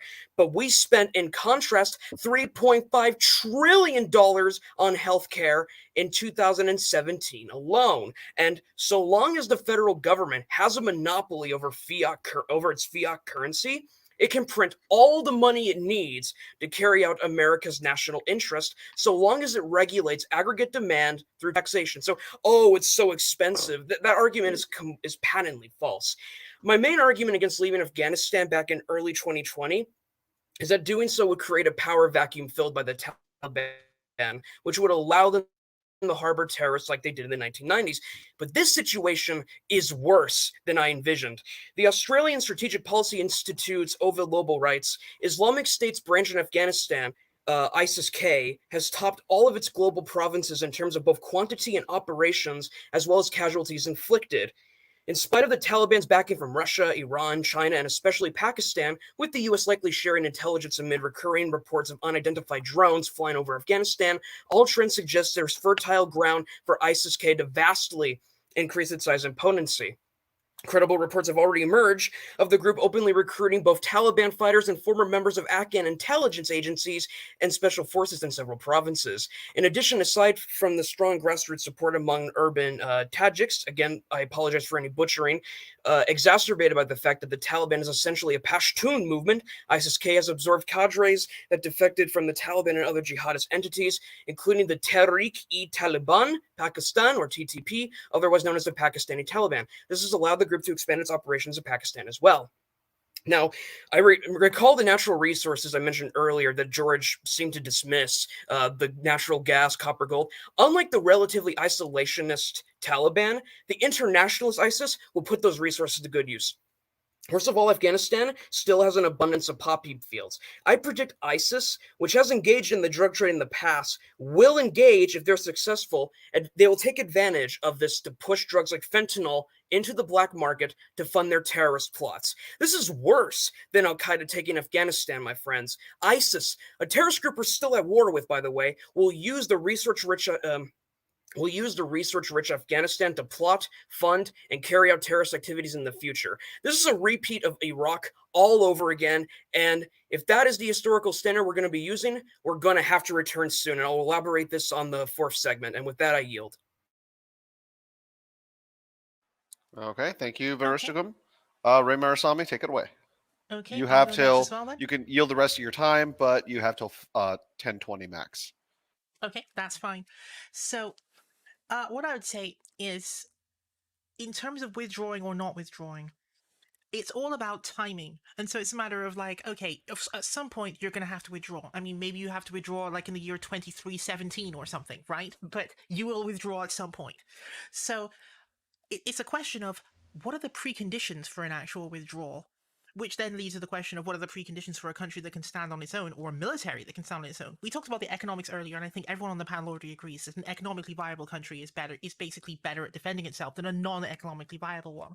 But the question is, how does one actually fight wars? And so I'm going to go back to Vietnam for just one moment in order to just make one point from that, and it's not the point that you think I'm going to make. And so in Vietnam, what was the method of war fighting, or the way of war fighting that evolved there? And I use the word evolved deliberately, that evolved there, that was innovative compared to what preceded it. Well, people may disagree, but I think it was the use of helicopters. This bunny hopping effect that the American soldiers started doing, where they'd put on their bunny ears, get in the helicopter, jump to the next clearing, a bunch of guys would come out and, quote, surprise them.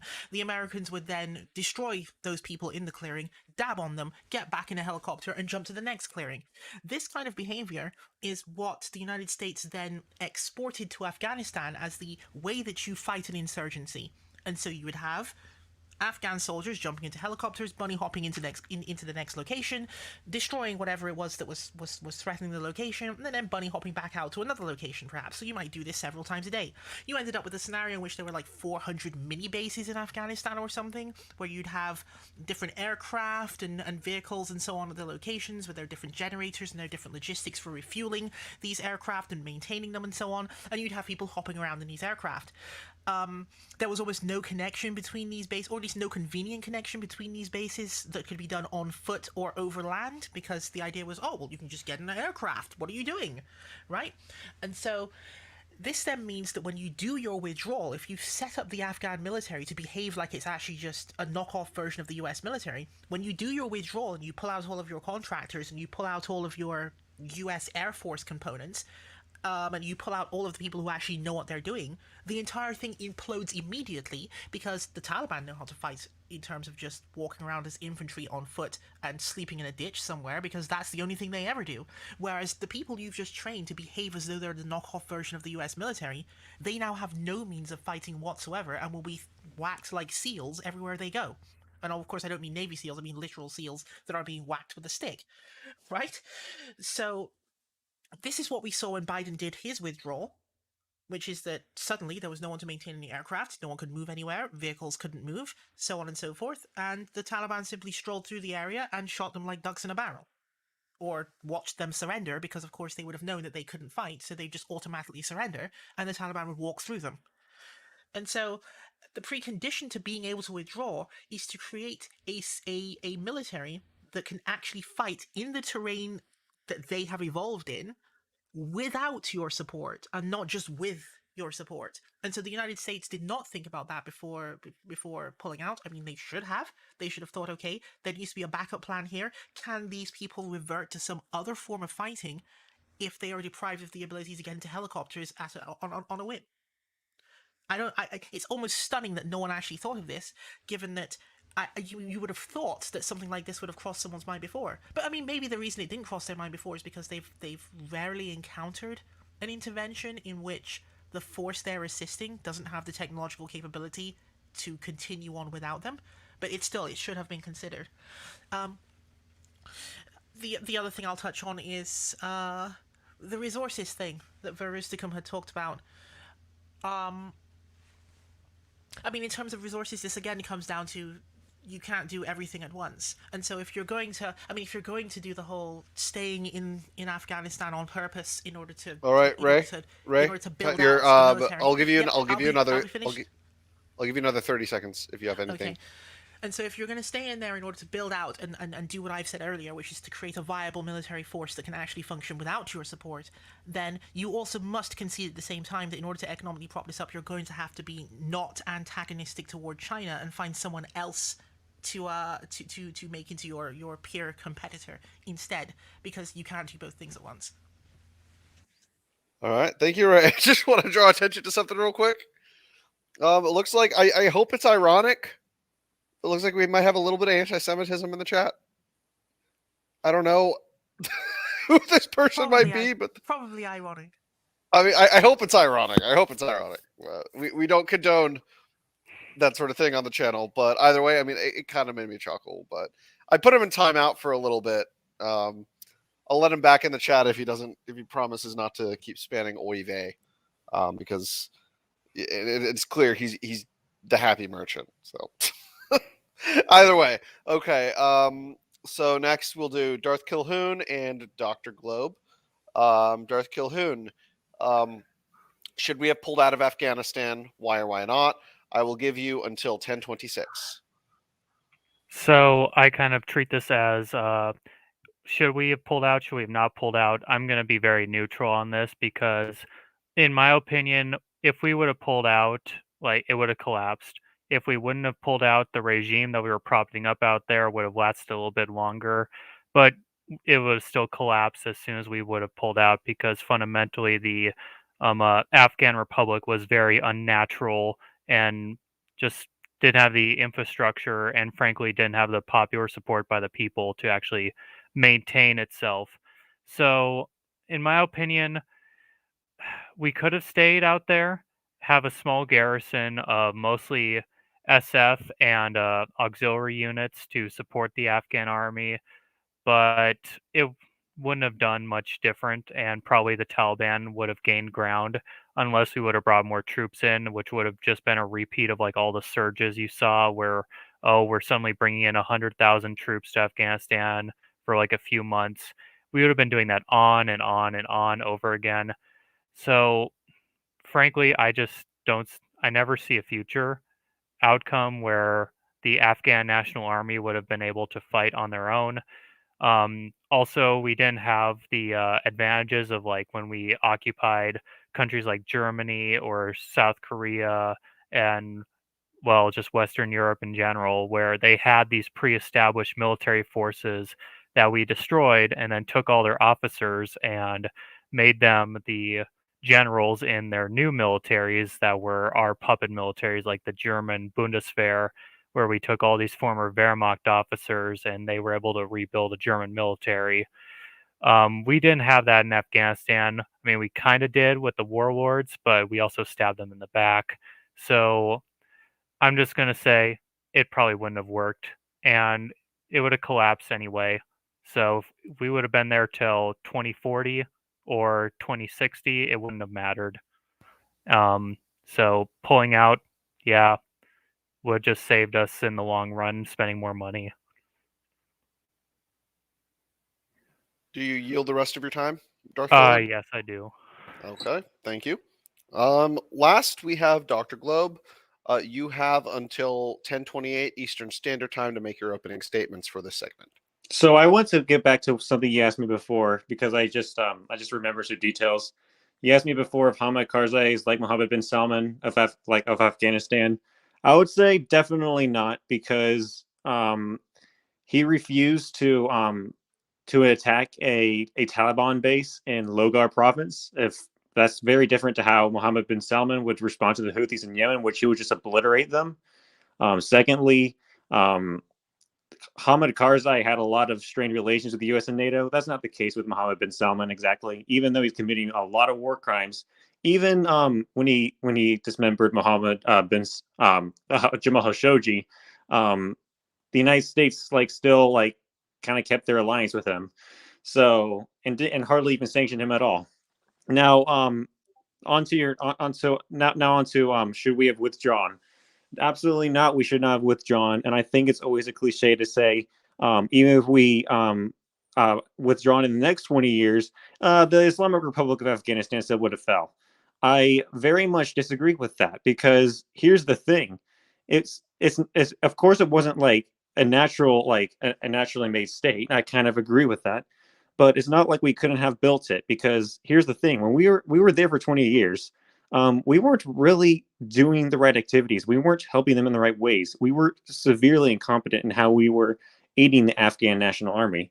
For instance, we gave them camo uniforms that were meant to blend in with forest, even though only 1% of Afghanistan's geography was actually forests. So why are we giving people green camo? So that's one thing that gave them a big disadvantage in war. So you can only imagine what other kind of useless technology we gave them that weren't very useful for their region. And secondly, we did not help to fight corruption in the Afghan National Army. A lot of people kept profiting from ghost battalions and shit. So when you have something like that, because even if you have this policymakers at Kabul making the central decisions to actually try to fight the Taliban, a lot of those soldiers that they're trying to send to here or send to there. So let's say that you want to send this battalion to Jalalabad, you want to send to this you want to send this battalion to Kandahar or Mazar-e Sharif. Well, there may be zero troops that come there because they're all fake, because they're just profiting off of these fake salaries of fake soldiers. So yeah, so that's the reason why Afghanistan fell so quickly. And so when you're trying to manage corruption in a very tense geography, yes, that's a huge uphill battle. We never put in the effort to do it. Ever since we went to Iraq, we never really put in any effort to help build Afghanistan. We just kind of kept pouring money into it indefinitely, not knowing what we were doing. And then we were like, you know what? We're kind of sick of here. We were there. We were fighting for 20 years, but we weren't fighting for 20 years. We were just kind of fucking around, not knowing what we were doing. So, and also, I also want to mention that you have about 50 seconds left, just to let you know. Okay, so basically, ever since we withdrew, now 1 million children are about to starve. In total, 300,000 people died during the war of Afghanistan. So more children are going to die than the past 20 years combined. And you can't use sanctions as an excuse for that because during 1996 through 2001, the Taliban mismanaged the economy by taxing businesses over 50%, and the economy almost collapsed by 2001. Almost, it wasn't free fall, even without sanctions. Do you yield the rest of your time? Yes. Okay, thank you, everybody. I will now open this segment up to discussion. If any of you guys have any responses to what you guys have to say, you know the drill. Yep, I want to jump in on the Hamid Karzai thing. I'm not sure why Hamid Karzai is being mentioned so repeatedly, given that the last person to occupy that seat was actually Ashraf Ghani, who was much better than Hamid Karzai. Ashraf Ghani was better because I of the fact agree. that he basically, I'll put it colloquially, went to school for that sort of thing. Whereas Hamid Karzai could not be said to have done so, right?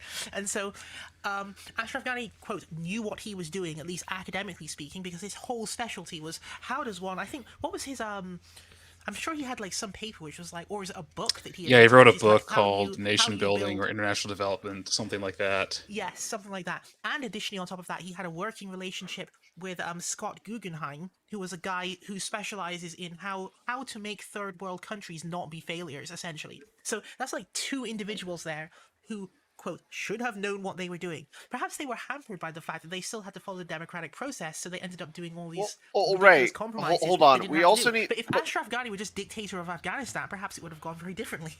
I was just going to say, but right. So, just on that point about the democratization of third world countries, we also need to remember that democracy only works in first world countries. In order for a country to transition to democracy, it has to transition economically as well. I don't know if any of you guys have ever read Why Nations Fail. I disagree with but- that. Iraq is a democracy, and the only reason why it's not Is a it fully really? Is it The really? only Yeah. hold on, Yeah, don't no. interrupt me. The only reason why it's not a fully functional democracy today is because of Iranian proxies like the Fatah Alliance and the Popular Mobilization Forces. Without No, those, I mean, without like, without the presence of Iraqis those are shitty militias, on their own. But What? isn't that Dude, inevitably because- Iraq is effectively a puppet of the U.S.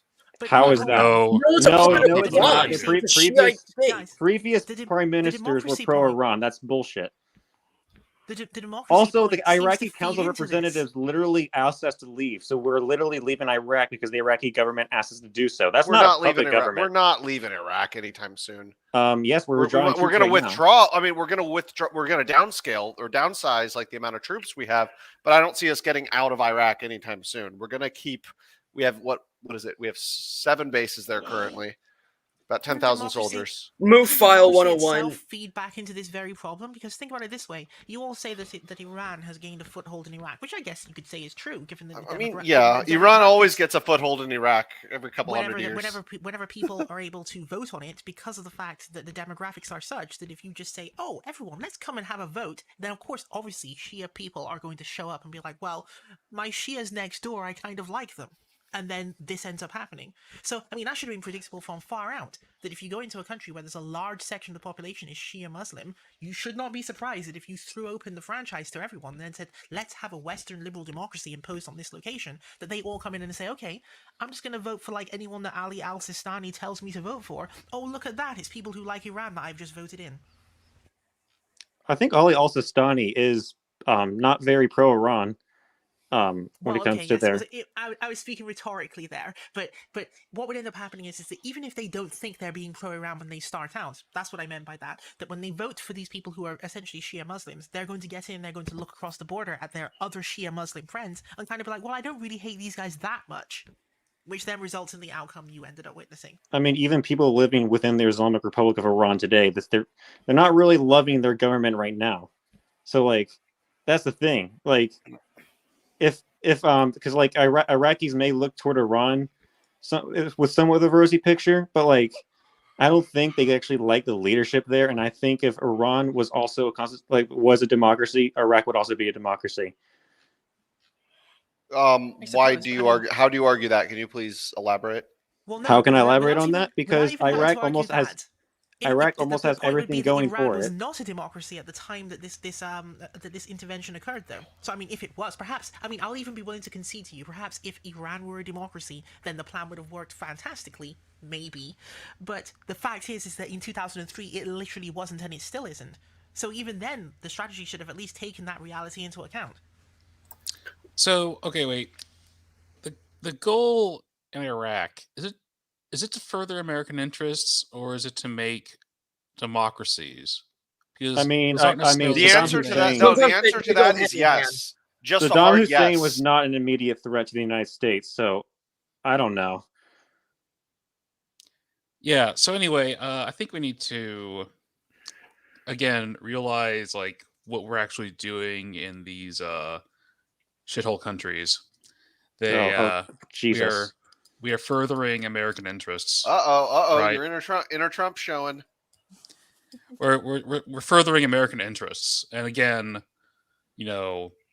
we could leave if we left Iraq or if we left Afghanistan earlier. Could we have better managed Iraq? Probably not.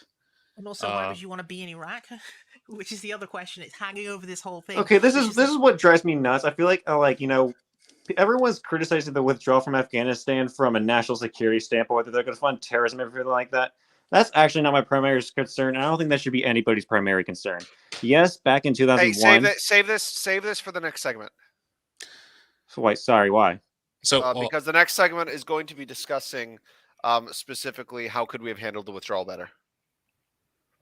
This is no, but that's not what he's. No, that's not what I'm talking about. Oh, okay. I must have misheard you. That's my bad. Okay, so the reason why I think it's not viable to say that, oh my gosh, the Taliban's going to fund terrorism. They're going to host terrorism again. Just like what they did with Al Qaeda. Back in the 1990s and 2000s, when they let Osama bin Laden fly planes into two twin towers. What a lot of people don't realize is this. Al Qaeda was a far more powerful terrorist organization at the time. Secondly, this whole terrorist attack, a lot of it was funded through cash in the United Arab Emirates and Germany and Saudi Arabia and so on. Literally, the leadership was just based in Afghanistan. So, I'm just going to say I'm going to say that Saudi Arabia and the United Arab Emirates has increased their anti-terror capabilities. So a terror attack against the United States is far less likely. The reason why I would support even a reinvasion of Afghanistan is because literally the people in Afghanistan have nothing to lose. 1 million children are on the brink of starvation. That is more than how many casualties were in the 20-year Afghanistan war combined. This is a purely humanitarian issue right now as we speak. I don't think we should keep talking about China or the United States. We need to talk about the Afghan people on the ground. That is the most important issue. The Afghan people on the ground are probably the least important thing when discussing these matters. So, yeah. Anyway, yeah. So ratio. I only bring up Iraq because that we already fucked that dog, I think is the technical way to put it. So what? we all that bed was already made. Like, American planners were really interested in going into Iraq, and we all know the futility and the fruitlessness of that operation, but leaving Afghanistan earlier might have made that better. I don't know, maybe. Another conflict that wasn't conducive to American interests or furthering American power globally. But keep in mind, George, that the reason Dr. Globe mentioned the starving children is because he believes that we should have stayed in Afghanistan precisely because of human rights. You may disregard that because you're concerned primarily with what's in America's strategic interest, but for the sake of the conversation, you should respond to Dr. Globe's perspective. Like, imagine you were a human rights advocate and you wanted to promote human rights globally. What would you say to Dr. Globe's point? I'm not even gonna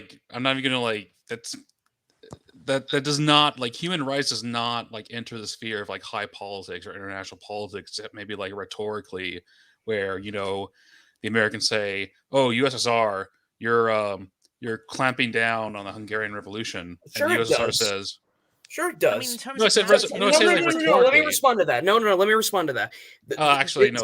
Sometimes it does. Sometimes it does play a role. Sometimes the ideological beliefs of those in charge does shape the foreign profound policy. Statement. Yes. No. You're saying that human rights is not taken into consideration when the upper echelons of society basically discuss what we should do abroad. That's objectively false. For example, the Jimmy Carter administration objected and broke up. For example, we stopped backing the dictator of Nicaragua because Jimmy Carter was upset over his human rights violations. He made human rights the center of his egregious foreign policy. So yes, it's not just rhetoric. This is a serious thing. And people like Dr. Globe, they will, if they get a hold of political power, they will take human rights. They will ruin American foreign policy. Yes, precisely. So what is your fucking point? Also, in terms of narrative, I just want to insert this as well. That in terms of narrative, it makes it look as though, quote, nothing has changed in the past 50 years. Now, obviously, some people on this, many people on this panel will say, well, that's because nothing did change. But in terms of the United States presenting itself as some kind of human rights champion, then yeah, it does look kind of bad if you declare a war in 2001 against an opponent that did a thing in New York City, basically, that we all saw happen on live television, and then after that, they go in and intervene against a Taliban, which, as we all know, and as is on the record, attempted to commit genocide against 8 different ethnic groups inside of their own country, and which everyone's kind of sat there and looked at it like, what are they doing over the course of the time that they were actually in charge? And Yes. who couldn't even take care of their own people, right? Then this war happens. The United States then, quote, concedes defeat somehow, leaves, allows those same individuals to take back control of the government, and then basically just steps back and observes what happens afterwards. This is one of those things where it looks bad because it looks inconsistent as well, because then in other regions of the world, people who have done things that are far less bad than what the Taliban have done have become like personas non grata for all eternity, whereas the Taliban is already accepted as a thing that's just going to exist, despite the fact that they've broken absolutely all of the rules of supposed rules of modernity, like from top to bottom. Like, I mean, not the Doha Agreement too with the United States. I just want to say, I just want to say though, even though Taliban is not the officially recognized government of Afghanistan, under Weber's definition of government, aka that organization within a society which holds the monopoly on violence, wouldn't that effectively make Taliban the state more or less in Afghanistan? Because even though it's more de facto control, they effectively control Afghanistan at this point. Yeah, I mean, we're already sharing intelligence with them to fight ISIS. Okay. I mean, the Taliban, I feel like could. I know it's messy, and I know they're human rights violations, and this is my inner Kissingerian talking, but I feel like they could be a useful asset, the Taliban.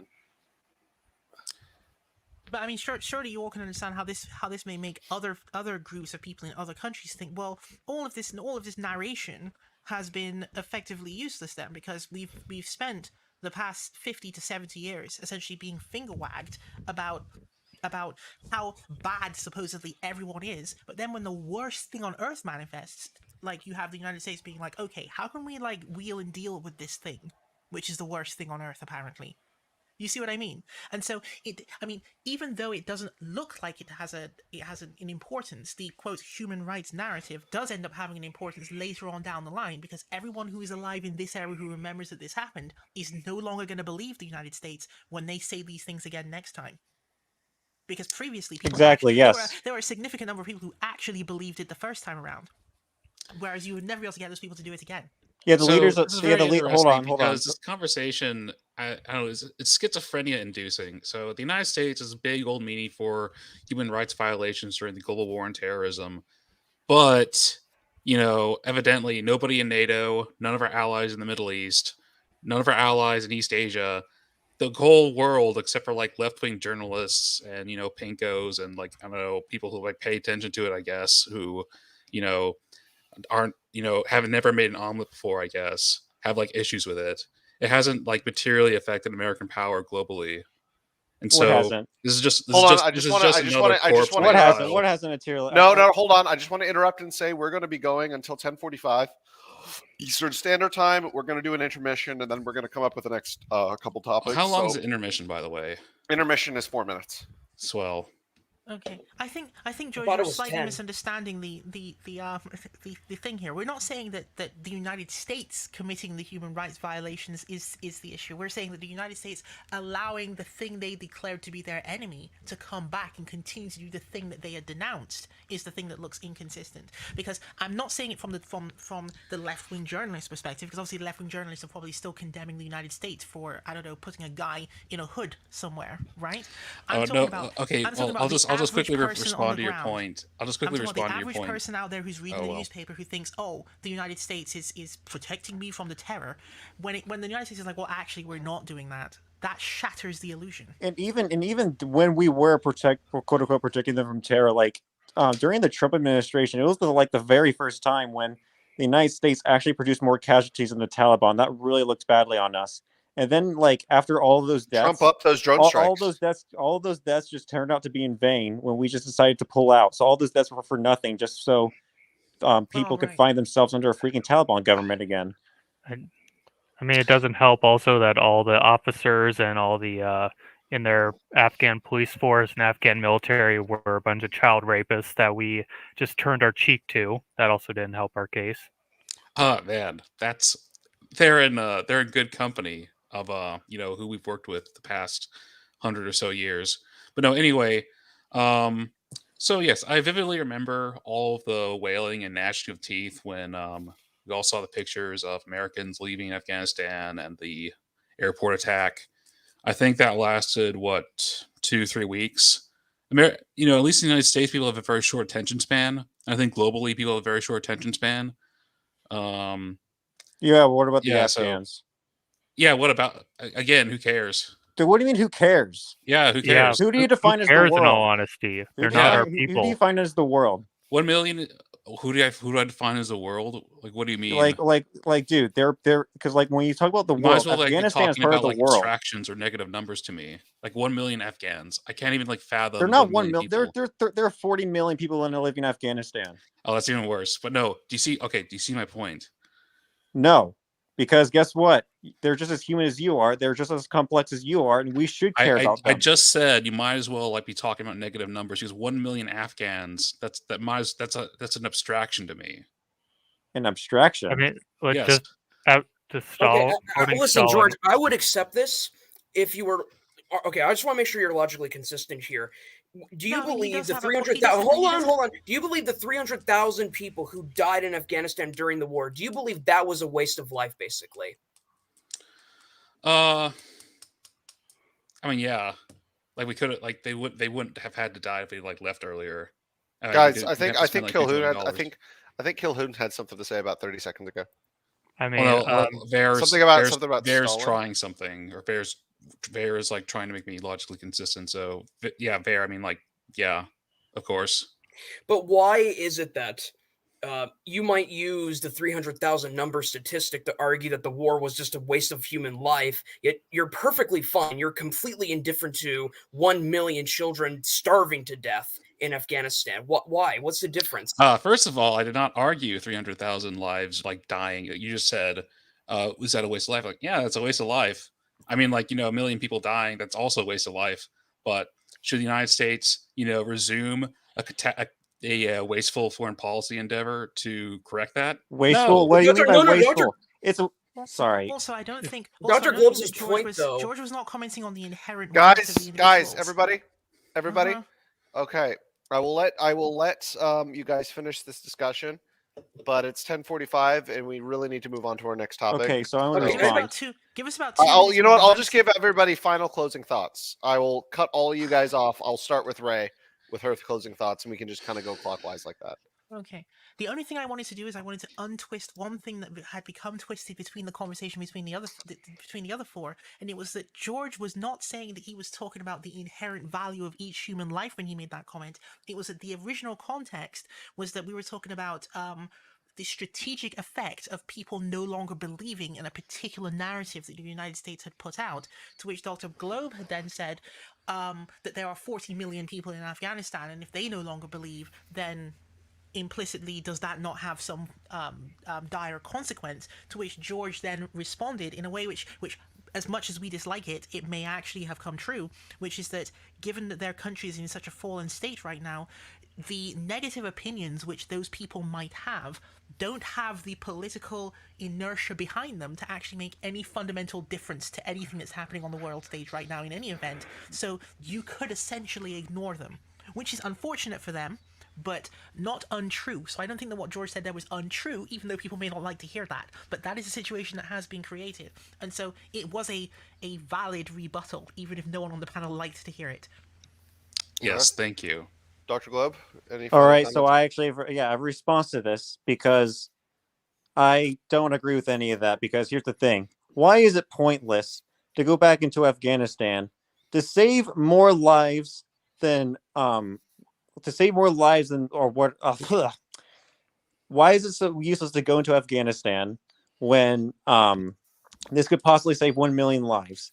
Like I can guarantee you that if we went to Afghanistan, we would lose far less troops than how many children are going to die this year. Like it's just guaranteed. Oh my Well, I God! mean, I So our assume lives that don't matter? Are my brothers and Our sisters lives don't matter, to but you? like here's the thing. Do Afghan children lives matter? Because this is like a Do they matter this to is a us? ratio. Do Black This Lives is a Matter, ratio. guys? Hold on. This is a ratio between at least 3,000 troops between 1 million Afghan children. That is not equal. I Yes, would I have don't to think beg to differ. 2 million Afghan children could Well, I think cost like stalking one in the American background troop. of that entire thing as well is, do the people in DC and in the Beltway who made the original calculation that, oh, just let it go, does anyone on this panel imagine that they care about the US troops or the apparent Afghan children? Because that's the big topic that hasn't been Frankly, discussed either. I don't Washington think has they proven do. they don't care about me and my brother's lives. So So we yes, also but hate but I'm Washington. going to say that like obviously, like we did not put Afghanistan in a good situation, but certainly our presence there, and I think our second presence would have whatever like maybe an unintentional positive outcome where 1 million children won't starve to death, and we can actually build a real economy again. Instead, though, those 1 million children would be raped in the process Oh called my God, no! Pakistan. It's not that widespread. Come Okay, on. just want to. The Taliban So rapes yes, children far I know more. that's Like, true, but just for the sake of like not getting taken down, please don't talk about childhood rape. Like I don't know. I just feel like the algorithm's not going to like that. It's okay. Only Can I 5 get my people closing watch this. remarks? Yes, you go ahead. Okay, so listen, I'm an offensive realist. Outside of maximizing America's hegemonic control over the globe, I do not believe human rights or democracy should be at the center of foreign policy discussions. But Dr. Globes' point is that the war in Afghanistan wasn't wasteful because we were saving more lives than destroying by staying there, which is objectively true from a utilitarian perspective. And before we go into the next segment, I just want to say I was actually kind of hoping I would have to defend my post-Keynesian argument because I actually believe those who are hawkish on foreign policy or are big fans of high defense spending should adopt MMT arguments. But because that would have just been a fun 1 or 2 minute exchange, but it's fine. That's about it. That's all I have to say. So yeah, I guess the 1 or 2 minute thing on MMT thing, I guess we could have it here. I mean, I don't know. The United States runs like a pretty tight fiscal ship. Granted, the debt went over 100% GDP debt to GDP ratio in 2021, but or not 2020. But no, that was extraordinary circumstances. But the United States runs pretty consistent deficits, and if we adopted MMT, I think other currencies would look more attractive. This would be a the meme. reserve This is a currency. meme. This is a meme. But no, though. anyway, we had a higher so- debt to GDP Hey, ratio. hey, than World War II. Rusticum, shut up. It's George's time to talk. My apologies. Yeah. So anyway, the MMT thing, we don't have to adopt fringe economic policies to maintain global hegemony. I think the past past 100 years have been fine. And geez, again, utilitarianism. It's already difficult to like find and enact policies that further American power without it being a wasteful boondoggle. People aren't robots. People have their particular delusions that they bring with them when they're in positions of power, and that influences what we do. During the Bush administration, it was the delusion that spraying democracy with the barrel of a gun would, like plants, it would spread throughout the rest of the region. And instead, we exacerbated a problem we were trying to solve with that. And as to like this whole emotional manipulation with like these 1 million kids, I mean, you can provide aid to Afghanistan without sending troops there. I mean, I don't know why we can't do that, or why let other people do that by like lifting sanctions in Afghanistan. But yeah, that's it.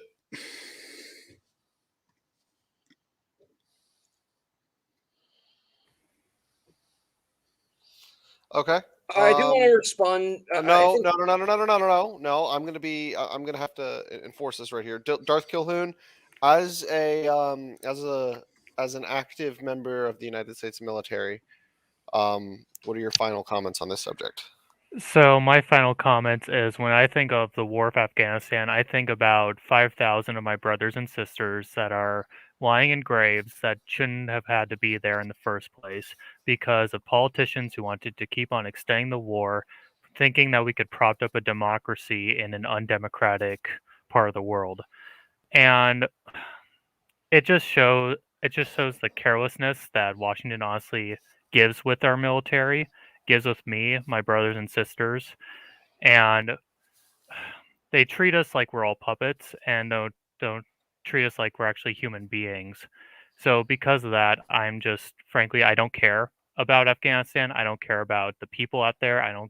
They never care about us. I never care about them. And that's just my flat out opinion. So when you try to do emotional manipulation of 1 million children, it's like, okay, well, at least certain policies I'm not going to talk about that America told the Afghan government to turn a blind eye to. In fact, most of the Afghan government was made up of people that made those policies because those were the people that the Taliban would have executed back in the day. I'm just very on the side of I don't care because frankly, I'm in the military and I don't want to be fighting for abstract things for politicians to look good on television. All right. On that note, everybody, we are going to take about a 5-minute intermission. And then after that, we will be back to discuss how we could have handled the Afghanistan withdrawal better. And should we, or are we going to return eventually? Part 2 of this stream, or not part 2, but the second half, quote unquote, because it's not technically a half, going to be a little shorter. I really don't want to go above the 3-hour mark. But so everybody go do what you need to go do for the next 5 minutes, and we will be back.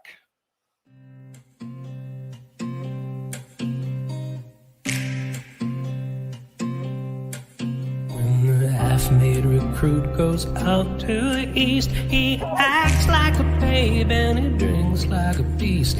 He wonders because he is frequent deceased. Ere he's fit to serve as a soldier. Serve as a soldier. Now all you recruits that are drafted today, you can shut up your rag box and hark to my lay, and I'll sing you a soldier as far as I may. Oh, soldier, what's fit for the soldier? Fit for the soldier. Mind you, steer clear of the grog seller's hut, for they'll sell you fixed bayonets what rots out your guts. And I drink that you'd eat the live steam from your butts, and that's bad for the young British soldier. Bad for the soldier.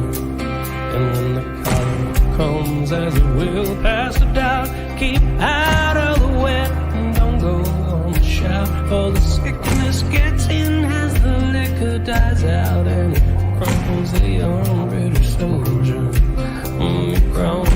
Crumples the soldier. But the worst of the foes is the sun overhead, and you must wear your helmet for all that is said.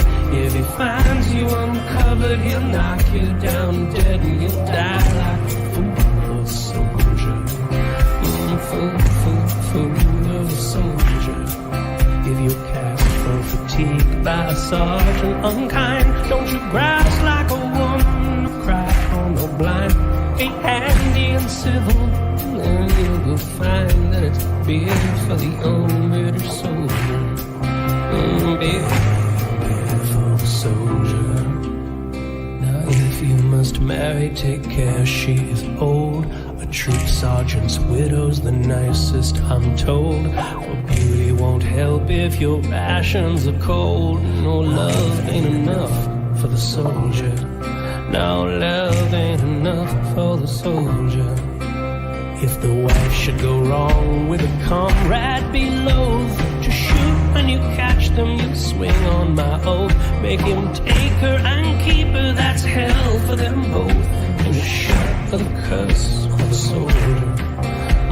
Curse, curse, curse of the soldier. When you're first under fire and you wish for the duck, don't look or take heed of the man who was struck. Living and just trust to your luck, and you march to your front like a soldier. Front like a soldier. Whenever your bullets fly wide in the ditch, don't you call your martini a cross-eyed old bitch. She's as human as you are. You treat her as such, and she'll fight for the young British soldier. Oh, fight for the soldier. They're shaking their muscles like ladies so fine, and the guns of the enemy wheel into line.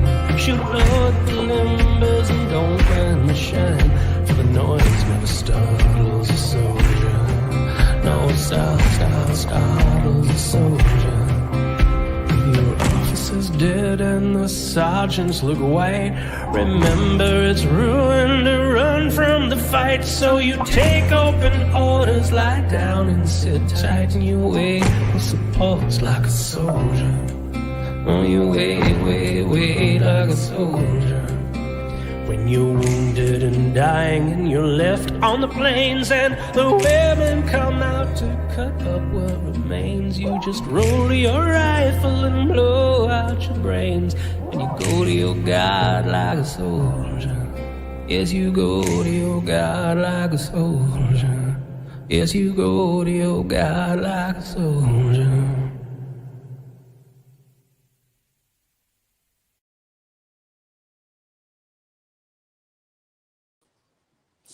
All right, is everybody back?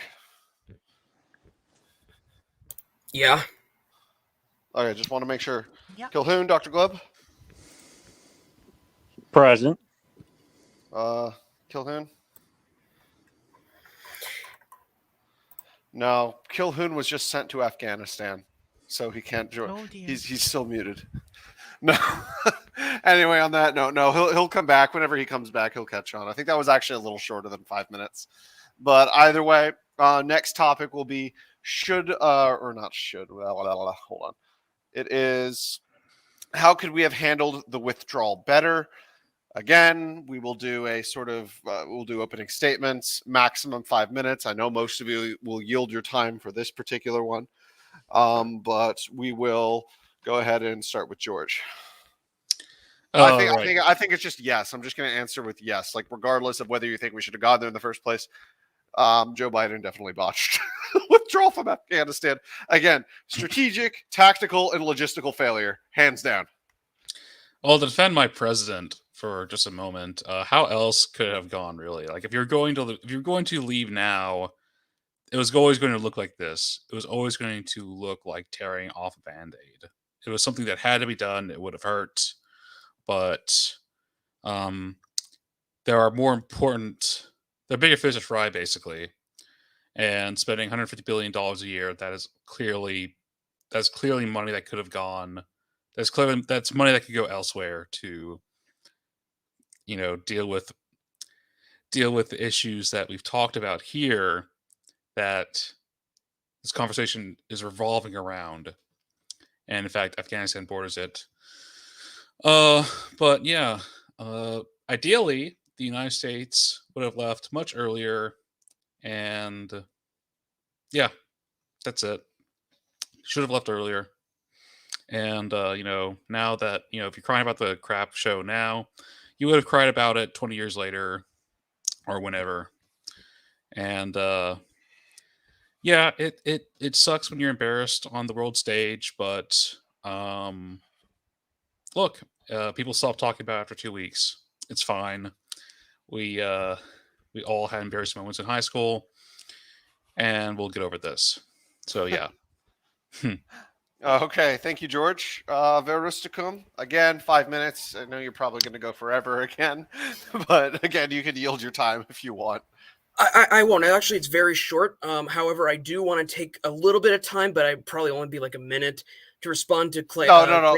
Yeah, go ahead. It's claims fine. I'm I'm yanking your chain. Yeah, claims made that were addressed to me that I feel I should be addressed, and then I'll just leave it at that. So, my view on this matter is, you know how we could have handled the withdrawal better? By staying there longer. That's really all I have to say. But to respond to claims that were directly addressed to me in the previous segment, first of all, the debt to GDP ratio after World War II was 150%, much higher than what we see today. This was followed by the prosperity of the 1950s. Second, the national debt is a meme. It's simply the amount of money that's been put into the economy that hasn't been taken out via taxation. I personally think we should call it something else, because calling it debt, despite the fact the federal government doesn't have to operate its financial system like a bloody household budget, it just causes a mass hysteria, in my opinion. And to respond to the stream chat very quickly, I'm saying we can use MMT to justify high military spending, because we can use the arguments it makes to refute this notion that's always wasteful to spend high amounts on our military, since we always have the money at hand to maintain a strong military force which can promote our interest abroad. MMT isn't inherently a progressive position. It's understanding how our financial system actually works, and it can be used by people across the political spectrum, as I'm using it, to justify high military spending. And with that, I yield. Okay, Dr. Globe. And again, just to let you guys know, this the opening statements is not addressing other people's opening statements. Just in case, like, anybody was planning on responding to anybody else's, that is for the next part after opening statements. Just wanted to remind all of you, because it wasn't quite like that last segment. Well, luckily for me, what both George and Verosicum actually said actually goes into my point of what I was actually going to say from my disagreements with them. Because, first of all, I don't agree that it was inevitable if we were there for the next 20 years. The same whole debacle would have happened, and I do not agree with Cronus that if we just stayed there longer, it's guaranteed that there would have been a better outcome. I think both are objectively false, and here's why. If we just stayed there doing the exact same shit as we did for the past 20 years, yes, it would not have been successful, because we were not giving the Afghan National Army the right training. We were not giving them the right equipment. We were not helping them. We were not helping them to fight corruption. We were doing the very minimum just to keep them afloat. The only thing that we really accomplished was making the Islamic Republic of Afghanistan a better society than the Islamic Emirate of Afghanistan, and we just kind of stagnated for 2003 and onwards. Like women's education did go up and all that stuff. Like it did get better, but for a long time it kind of just kept staying in place, and there was a very long stalemate. So I think a lot of things could have there's a lot of things we could have done better. For instance, we should have kept Bagram Air Base. The Taliban actually offered to keep Bagram Air Base. If we kept Bagram Air Base, we could have at least evacuated more of our Afghan National Army allies, and more Americans and more Afghan refugees who don't want to be slaughtered, especially the ethnic Hazaras, who are definitely undergoing ethnic cleansing literally right now. So yeah, I yield my time. Okay, Darth Gilhoon, have you returned? Yes, I have returned. Okay, opening statements, in case you haven't realized. Opening statements on hold on, excuse me, on how we could have handled Afghanistan withdrawal better, and how we fucked up. I made the argument a second ago that it was a strategic, a tactical, and a logistical failure. So I'm going to start off with first, we didn't get all the civilians assets out, which really caused the whole us having to suddenly rush back in with the 82nd Airborne to finish the evacuation that should have been done by the time all all of my brothers and sisters were out of there. Also, we should have withdrawn our equipment, although the United States, like our withdrawal from Iraq, literally had the exact same thing. We just left a ton of, I admit, the older equipment, but still, we left a ton of military hardware behind. We repeated it again in Afghanistan. And then, of course, that just got picked up by terrorists. And that's, by the way, in Iraq, that's why you saw ISIS with M1 Abrams, is because we left them behind for some ungodly reason. And literally the same thing, rinse and repeat, because we don't know how to properly evacuate out of an area anymore. And a thing you're always taught in the Army, like this is simple, basic training. Every soldier is taught this. If you evacuate an area, you pick up all assets. You pick up every helmet, every rifle, every man, every body, every dog tag if you can't get the guy out of there. You got to get everything out before you physically leave the area. And if you don't, well, next thing you know, they have materials for an IED or something. So it just looked really childish. And I blame it, one, on the politicians in Washington wanting to have an arbitrary date for us to be out of there. And two, the generals that we have up in Washington, because all of them are very incompetent, I would have to say, because they are the same generation of officers that grew up after Vietnam and post-Vietnam. That's when we introduced the standard for college degrees, and as soon as we introduced that requirement, the quality of officers had just dropped dramatically.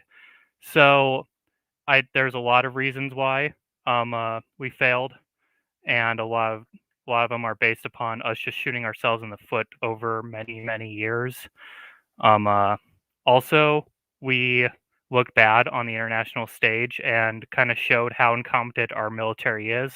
No, we may pump a lot of money into it, but the personnel inside the military have a very low IQ, I would say, compared to armies that have to be more lean and efficient with their money and spending, like Russia and China are.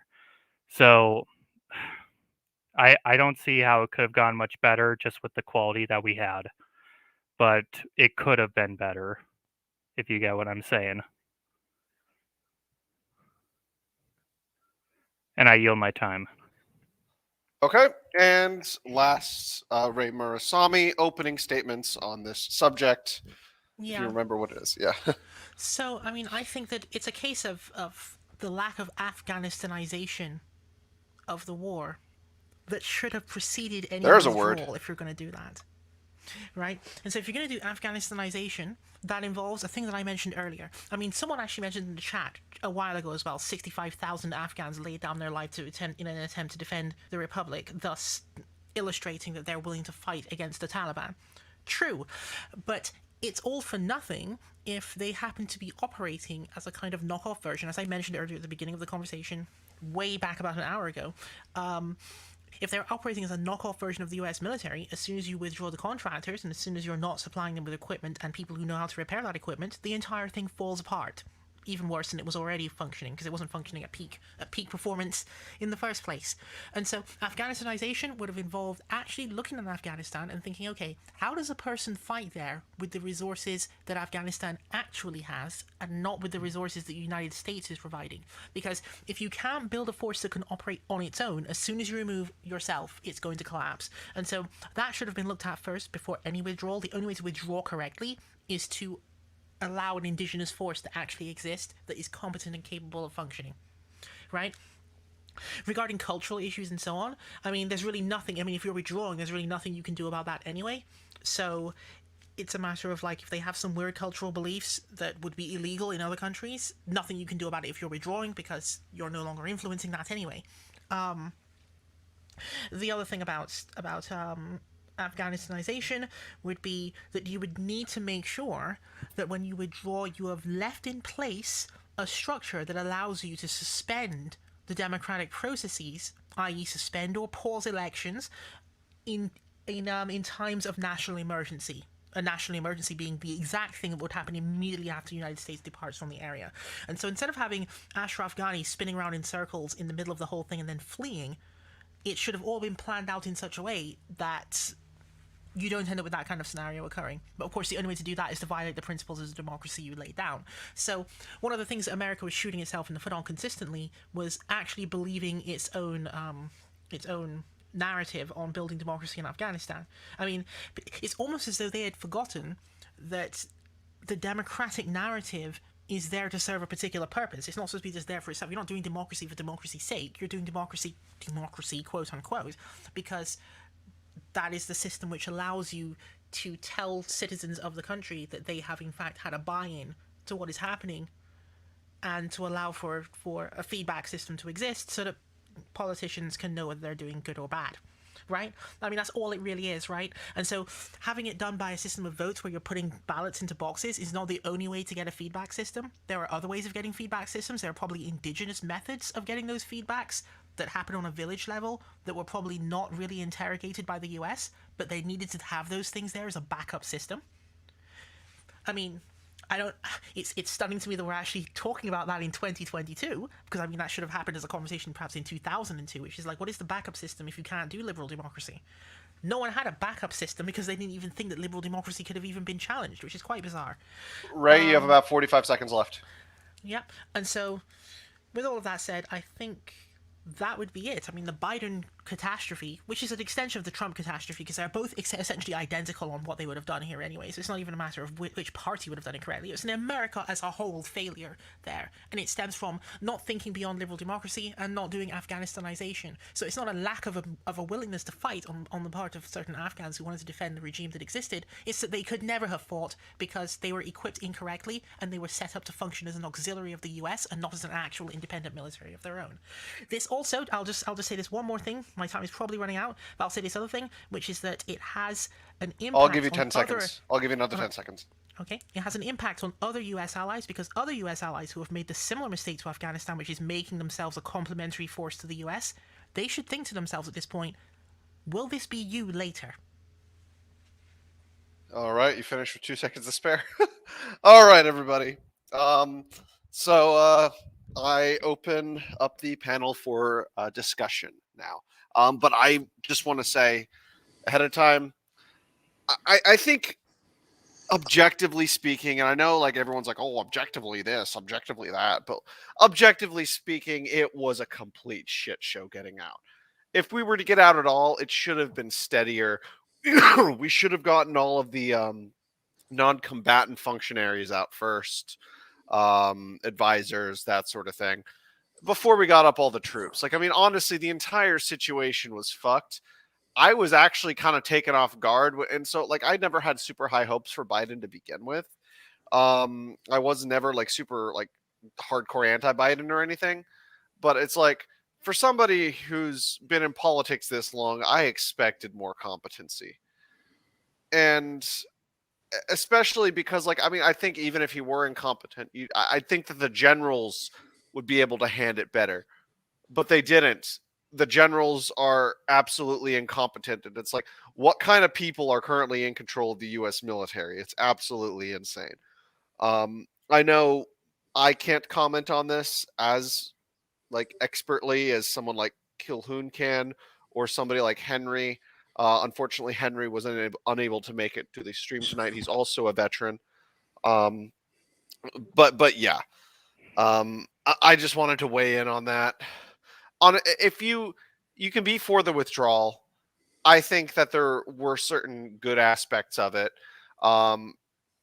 Even though, of course, we're ceding certain ground to China. But I mean, you can't not say that it was a complete fuck up. I think like everybody needs to agree that it's a fuck up. Yes, I agree. It's a fuck up. And I'm going to say I'm a Democrat. I voted for Biden against Trump. And now after this whole Afghanistan thing, I want to see him impeached. And I'm probably the only Democrat that exists that wants to see him impeached right now. Certainly the only one in my family. Too. I want to see him impeached too, so you're not the only one. No, Alkazai was arguing the other evening on the season premiere because we did have a brief session on Afghanistan. He said that he doesn't necessarily want Biden removed, but he wants him impeached as like he wants the Republic. Yeah, I agree with that. And Al-Kazai is a I'd say he's a conservative Democrat. That's what he identifies as, like a liberal conservative Democrat. Like I mean, he's liberal. He's like a right of center Democrat, if that makes sense.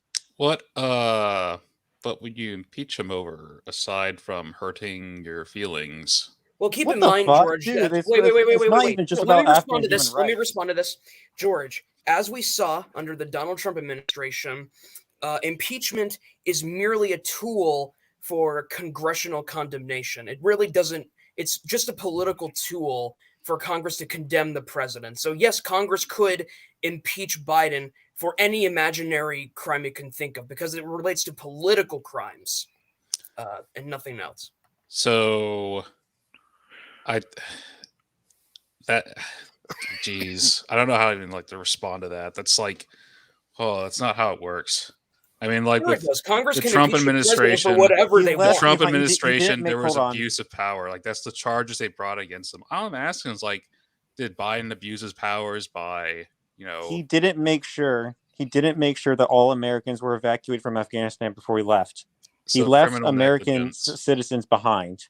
So criminal negligence. Yes, Maybe. pretty much. which is a crime, and therefore Congress can use that crime as like a charge. Oh man, okay, sure. After this whole thing, I wish I'd voted for Biden. But anyway, how could it have been handled better? Hold on, I just want to say, Patrick Bateman, we are going to cure AIDS. Donald Trump is a true conservative. Yes, indeed. But So I've already said Mr. we should have. Bateman. The Taliban offered for us to keep Bagram, and we refused that. If we actually kept Bagram, we've had a more orderly evacuation. It would not have been as disorderly at the Hamid Karzai airport when it's in the middle of Kabul, a super densely populated city where everybody just starts trying to crowd it, and people are falling off airplanes. So like Bagram is a much smaller town, where we could actually have a more orderly evacuation. I think most of the aid workers were in Kabul. So, Most of the aid workers were in Kabul. That's right. Yes. so I don't know. Would it have been better if we had left Bagram, maybe, or left if Bagram was also a place where we left, maybe. But I think we should have kept Bagram at least.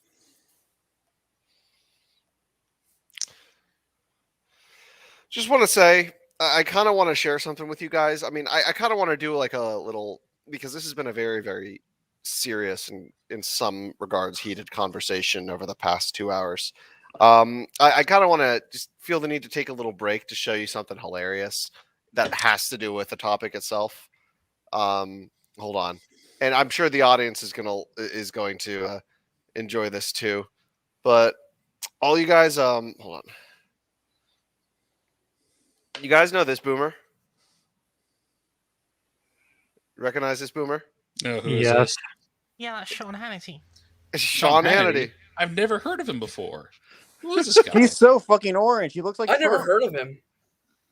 No. Okay, I think it's just that this Is the he only American? quality- No, I can't tell if he's American. I think he's a college dropout, man. he literally he's so stupid that we just revoked his citizenship. We Do should we just really? send him. Okay, so really, do we have to go on this little dalliance? Yes, we do. Okay, Because- I might go get some alcohol then. So, You do what you I don't want, know. man. oh man, Okay, so, he's basically overplaying. So the crazy thing about Hannity is, so he was super pro Afghanistan when Bush went in, because he was a hardcore Bushite, and then when Obama wanted to stay in Afghanistan, he was like against Afghanistan, and then he stayed against Afghanistan when Trump wanted to get out of Afghanistan. And now that Biden got out of Afghanistan, he's like, fuck that. We should have stayed in Afghanistan because he's a fucking clown with no principle. Unbelievable. So what Hannity did? Oh, and also I think Hannity also he was criticizing Obama for not for saying I don't want to be in Afghanistan, and then at one point he criticized Obama then for staying in Afghanistan. He was just going back and forth. Surreal. It was, and all of these things are going to happen in this video? No. That's not what I wanted to say. So basically, he ends up sharing this video on the middle of the show. And my first, so I was like, I just watched the clip. Someone sent me the clip, and I watched it. I was like, oh my god, this sounds like fucking like a South Park song. Okay. And apparently Kyle Kalinske thought the same thing. I don't want to platform Kyle Kalinske at the moment because he's not very popular in my audience. But I just want you guys to see it and tell me, does it remind you of South Park? We'll watch this segment. Five for Fighting now has released a new song calling out Joe Biden's failures in Afghanistan and his abandonment of our fellow Americans, their families, green card holders, thousands of them, tens of thousands of Afghan allies. It's called Blood on My Hands. Now, with his permission, we took the liberty of putting some video to accompany this song that has now gone viral. It's almost become an anthem around the country. Take a look.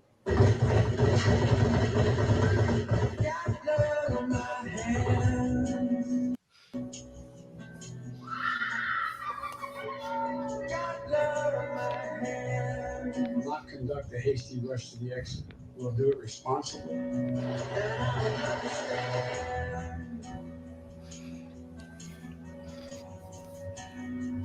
What's happening? There's blood on his hands. If there's American citizens left, we're going to stay to get them all out. It's still Americans. Left hand the Taliban.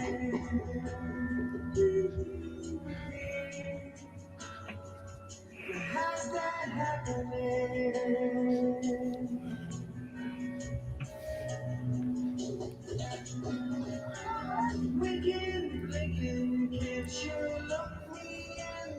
Let's take a step back. This is manifestly not Saigon.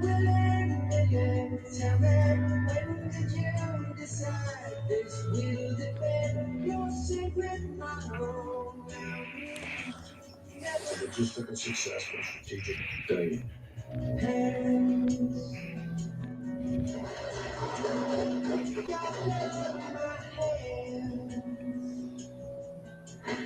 Okay, either way, I think you guys get the idea. Does that not sound like something from South Park?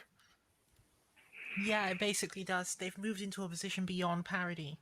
Hold on. No, basically... say what you're saying. I was just going to say it sounds like it was written by some junior enlisted Marines, if you ask me. No, this is what it reminded me of. I'm going to get copyright struck for this, but...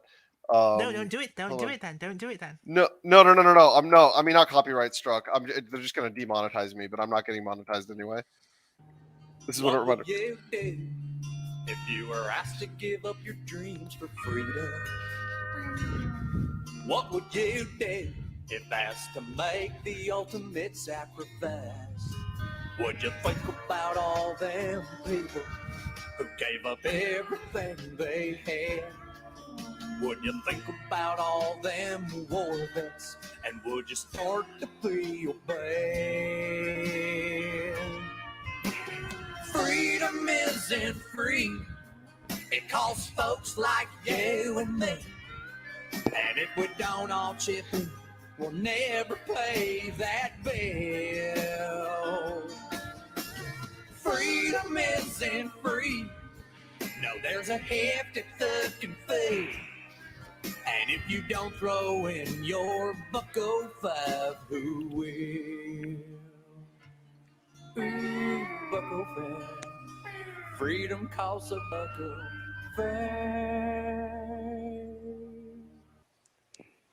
That's what it reminded me of. Like, I mean, is that not right? Does that not sound like a South Park parody song? Like the I don't really watch South Park, so I can't comment on that. I'll just say the blood on my hands. How emotional it's supposed to sound. So I want to respond to Patrick Bateman in the chat.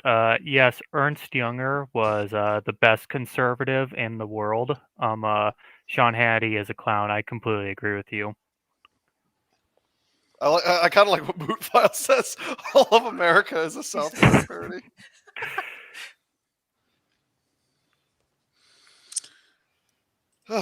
Anyway, I just wanted to play that just as a bit of comic relief, just because of how it just shows how America's basically turned.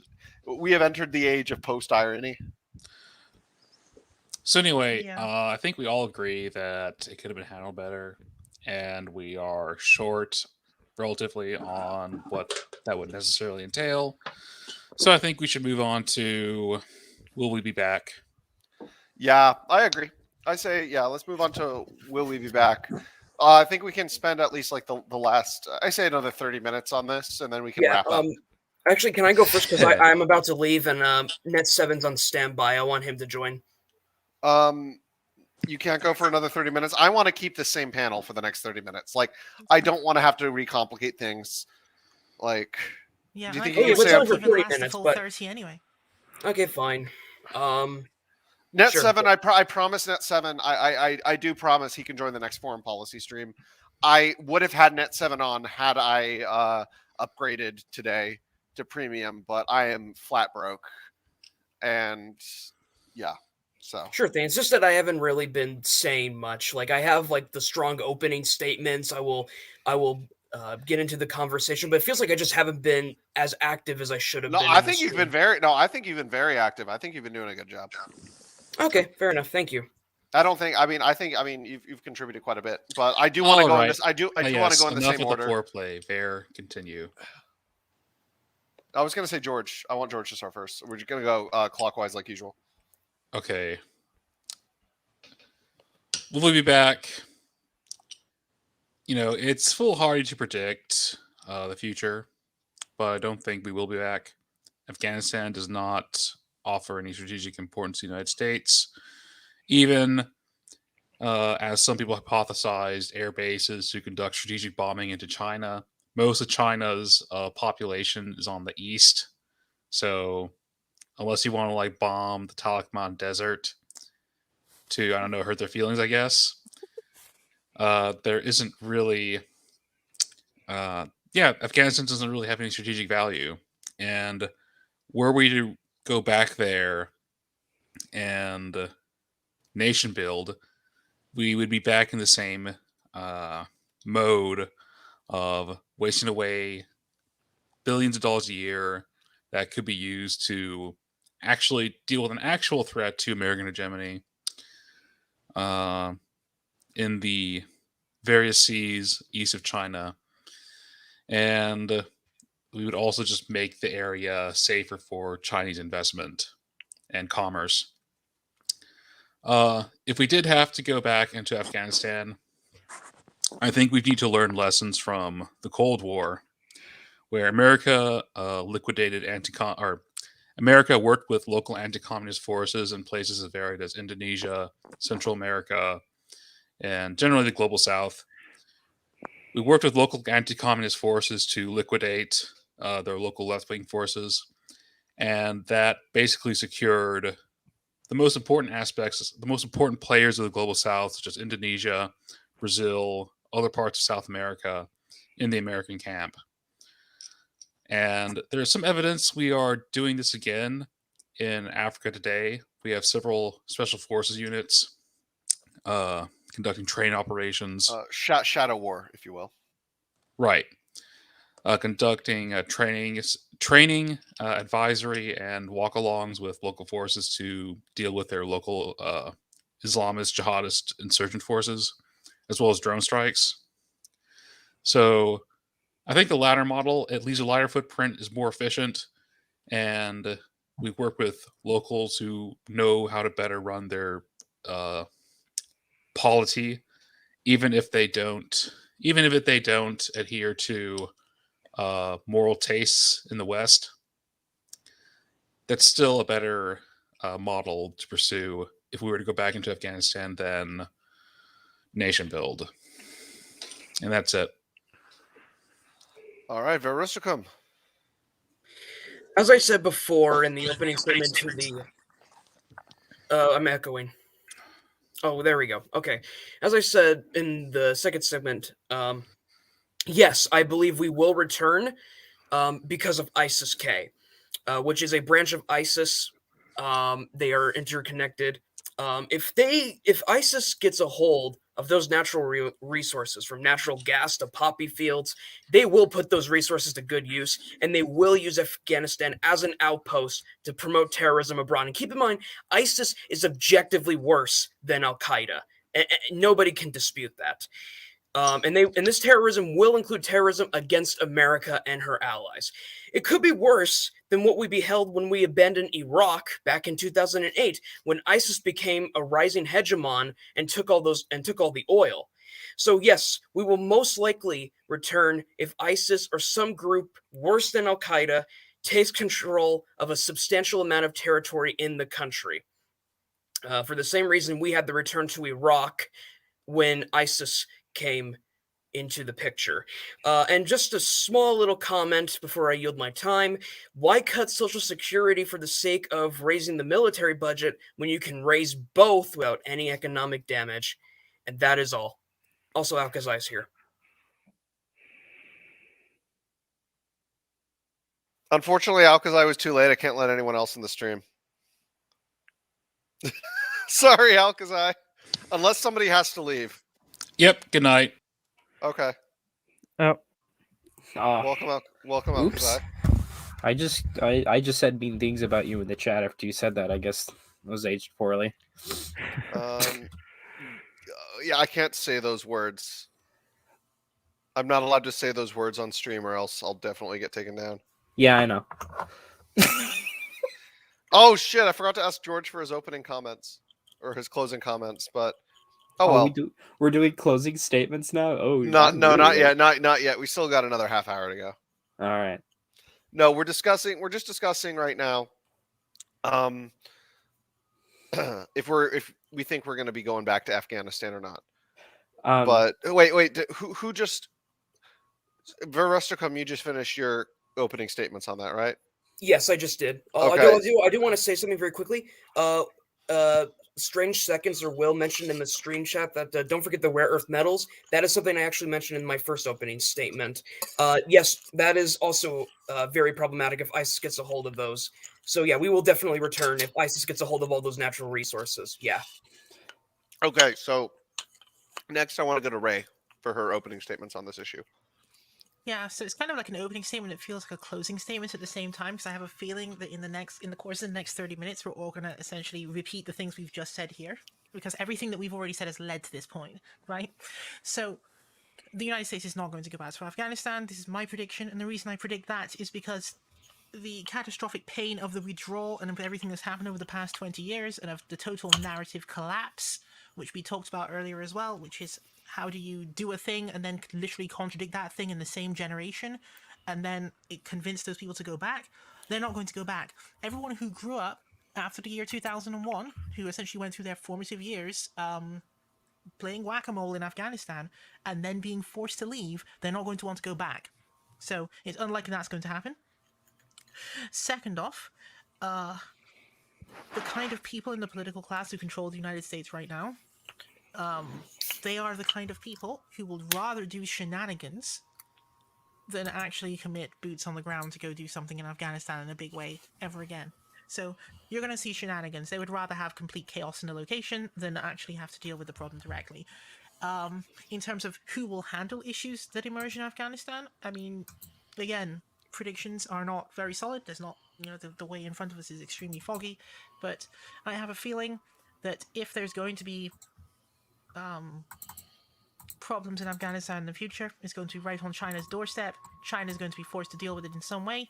Maybe people won't like the way that China's going to deal with it when that time comes, but I'm sure they'll work something out. All right. And by work something out, I mean they would end it in a way that no one would actually like. There's one more thing I was going to answer that as well. Okay, go ahead. If I can actually remember what it was now. It's one of those things where I've been waiting so long to say that I'd almost forgotten it. It's fine if you want to. think of it, and then you can add it to your closing statements when we get there. Yeah, it'll come back to me later. Okay, next, Alkazai. I know you're here late. You're only here for the tail end of the stream. Yeah. But nice to have you here. Thank you for having me. My former unofficial co-host. I gotta get that title back. Dude, Killhoon, dude, man, Killhoon's become my unofficial co-host lately. I will do unspeakable things against Killhoon. Oh, you will now. Yeah, he's stolen. Killhoon's in the U.S. military, so he could. I don't know. He might stay. Yeah, he might stand a chance against you, Alkazai. One to the head, so don't test me. I will test you. I will give you the ACT, and you will not like it. Oh, I already took the ACT. Do you want to see my scores? Fuck! Stop comparing dick sizes. And I got it. It's okay. I didn't do good. I'm gonna lose this. I got a 23. Anyways, I think the U.S. will go back into Afghanistan as Verasticum or Vercum or Cum, whatever your name is, has said. At some point, ISIS-K will become powerful enough that they'll have control over significant resources in the country and will be forced to return. Also, ISIS-K is definitely going to be launching terrorist attacks against Western countries if they get powerful enough. I just don't see how we won't not return. Okay. Dr. Glub?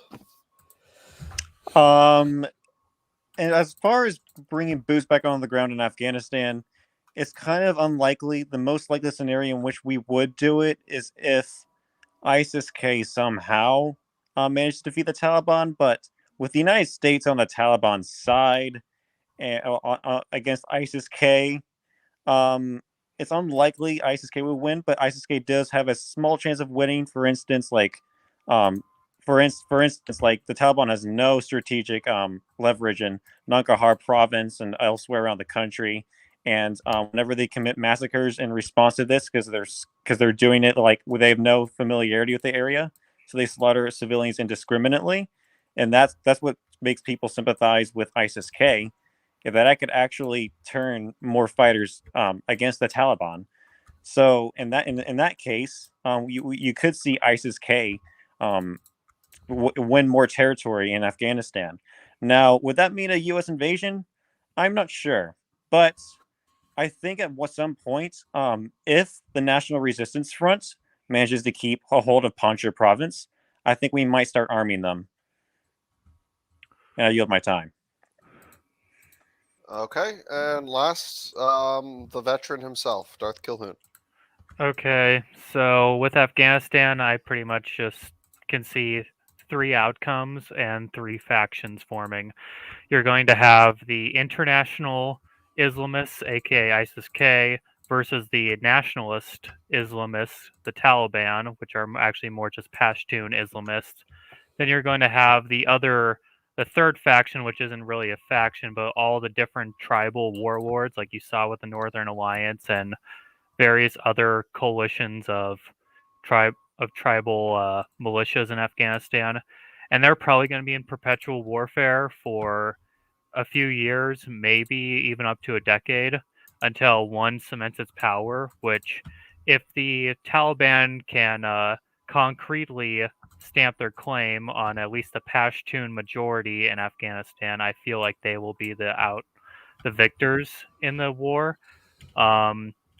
At least against ISIS-K, I don't see them actually winning against the warlords and the resistance front very well because of just their history of incompetence in dealing with the northern forces. So I don't see us going in per se 100% again like during the invasion, but maybe some SF operations, a lot of CIA funding and arming, State Department influence, just a lot of indirect support for them. That's how I see we might go back in. I doubt we'll have regular boots on the ground again, though. Okay. All right. So, for the next 17 minutes or so, we're going to be discussing this topic. Do we think we're going to go back? I will briefly give my opinion. I have no idea. personally, I have no idea. I could see scenarios in which we could or which we couldn't. I don't think we should, personally, because we are already out. I just think it's going to be very similar to my argument. We had ingrained ourselves in there for so long that it would have been a bad idea to get out. I think it's an even worse idea now to go back and ingrain ourselves again. If anything, I think we should start building diplomatic ties with forces in the region. And again, utilize offshore balancing tactics in order to defend our interests in the region. So that's all I'm going to say on that. But if anybody has any responses to either that, what I just said, or anything Yeah, I else do have that a the rest response. Okay, go ahead. So what forces are you referring to? The National Resistance Front, the Taliban, both? Controversial. I'm going to be controversial. I'd say both. Okay. I mean, like that's. I think that is ideally what we should do, in the short term against ISIS-K. Maybe if we were to go back at all, I wouldn't even consider this quote unquote going back, but maybe send quote unquote advisors there, less than 1,000. We could do so be Afghan war style. Exactly. Also, guys, fun fact: the very last cavalry charge with horses in world history was 1986. It was the Mujahideen. I can never pronounce that right. And the CIA. Mujahideen. And they were Mujahideen, and they were charging the Soviets on horseback in like the 80s. And I just always thought that was a cool fact. Do you think on Halloween the Mujahideen call themselves the Mujahideen? Fuck you, Alcazar. I mean, you could say that was an example of Afghanistanization because they weren't relying on helicopters to hop them from place to place, were they? Yeah. And like I am also going to say this. I am also going to say, sorry. Is that was going to say something, or can I go? No, I was just going to say, Politicrat, in the private chat, I linked an article. I quoted it earlier, but maybe we can look over before the stream ends because we can look at we'll before closing statements. We can look over that article. Sure. So I say we go till 2:55, another 10 minutes. We can look over the article and then we'll do closing statements and call it quits. Anyway, the floor is all yours, Dr. Globe. So I also want to remind everybody that the United States, while Afghanistan has been a hub of terrorist activities back in 2001, that's just where the leadership was based, and it doesn't take into account the fact that a lot of the money that funded it came from the United Arab Emirates, Saudi Arabia. There is a cell in Hamburg, Germany, and other places, and a lot of the communication happened via telecommunication. So it was actually a very sophisticated network that went all over the world. So Afghanistan being now with Saudi Arabia and the United Emirates having more sophisticated anti-terror operations, it's unlikely that an attack of a similar scale can happen again. Now, on to another point that I was going to get to. Oh yes, so if the Islamic Emirate of Afghanistan ends up getting membership of the United Nations, it will become a lot more difficult to come up with the rationale to reinvade Afghanistan. I think at that point, when that happens, I don't think we'll be able to reinvade because the charter definitely says that you can't violate other members cannot violate another's sovereignty or territorial integrity. UN is cringe though, and they can't enforce their own charter. So the UN is called theater. The UN is just political. Let's be real. I mean, collective action it'll be problems more are the bane of controversial to everything. do so now that we have those rules upon us, though. At least de jure. The other thing that I think I disagree with everyone on this panel all at the moment, however, is everyone seems to have an idea of how they can push money into the wreckage that is now Afghanistan post the exit and somehow counter ISIS-K or Special K or whatever else breakfast cereals these guys are inventing in their garages on any given day. I disagree. The most efficient way to make sure that you don't end up with your assets or people you've trained or whatever passing into the hands of your opponents is don't do it. Just don't do it. Don't allow them to join the United Nations structures. Don't allow them to take advantage of anything to do with the United Nations. Don't give them access to finance. Don't give them access to overseas development aid. Don't give them access to aid. Don't give them access to anything whatsoever. Inject $0, exactly $0 Aid? into the entire situation. And on top of that, don't Hold- help them, don't train them, don't do anything. Let the whole thing literally implode. If people are literally living in the Stone Age, they don't have the resources to dedicate to building Hold training up, camps hold to up. fight against you. In other words, I don't did- diplomatically recognize. I want hold the on. I Taliban. want to butt in right now because we should not have $0 in aid. The situation in the ground is already bad enough. With the funding that we have been able to get into Afghanistan, it actually has brought some benefits. We've been able to deliver water to some communities but with it's droughts. No, but it's We've been able. fungibility of. No, I understand what you're saying completely. I'm aware of all of that, but I'm saying it's fungibility of money because every time you provide water to the citizens, and this is going to sound extremely callous, and I'm probably going to get clipped and quoted on this, but I will not apologize when that happens. Every single time that you're sending rice, bags of rice, water, and etc., and infrastructure and so on into a place controlled by an enemy, all you're doing is allowing the enemy to take credit for the fact that you've done these things. So they're not going to go, "Oh, thank you, United States," or "Thank you, developed world," or whatever it is, for the things that are being done in order to alleviate the problems. Okay, It just but- means I that actually less completely clemency agree of with the Hold Taliban. up, hold up. Let the Taliban, Hold on, wait, let the Taliban and ISIS-K own the poverty which their ideology inherently creates. But I also got to Let add them own something. it. I also got to add something. I actually completely agree with Ray on this because what happens when you give humanitarian aid to a country controlled by the enemy? Yeah, the enemy. Not only are they going to try to own that as like an achievement, but they themselves are going to use that aid for their own purposes at the expense of their population. It's not the children we're helping; it's the Taliban that's going to use No, that I mean- food to feed Okay. themselves. I should clarify that even if it does actually help quote unquote children in Afghanistan, even if that does actually happen, it just means now that's freed up money that the Taliban could have had to have spent there that they no longer have to spend there. So it still helps them because Okay. it's fungibility. So I'm going to say this though. In the current course we're going right now, even with the aid actually being funneled in, 1 million children are going to die. So if we bring it all the way down to $0, that's just a whole another catastrophe that we're looking at. I don't think we should just do that for the sake of making the Taliban look bad. I think that's very irresponsible and evil. But I mean, they're going to have to own it, right? And then maybe someone will rise up against them. and No, really they'll slay just them the before people will that just can somehow happen. blame sanctions. Find another scapegoat. It's just not worth it. You're gonna do so much harm to people. Yeah, there's other ways around this. No, but okay, how are they going to blame sanctions? It's just it's just if we're deciding we're not going to invest in a location that we don't think is going to produce like actual results, and we don't think that the government in that location is That sounds like this sounds like sanctions. I mean, you don't even have to formally declare it as sanctions. We could just all just not put any money there whatsoever. I mean, overseas development aid, for example, like we're not obligated to give that to anyone. As if Pakistan wouldn't keep funding them, though. Is there evidence, however, even if that happens, even if it's Pakistan that keeps doing something, then it means they have to own it. Is there any evidence, however, that food aid that we're giving to Afghanistan is being like stolen by the Taliban for their own purposes? Is Yes, that that's going to happen, but but many times as well, like there's a lot of independent NGOs who are helping to distribute the food and not like giving the responsibility to the Taliban, and money is being spent on that. I mean, that's fair enough, I guess, but I think Ray does have a valid point that if you do supply aid directly to Afghanistan while it's under enemy control, the enemy's going to take advantage of that and claim credit for it, which hurts your cause in the long term.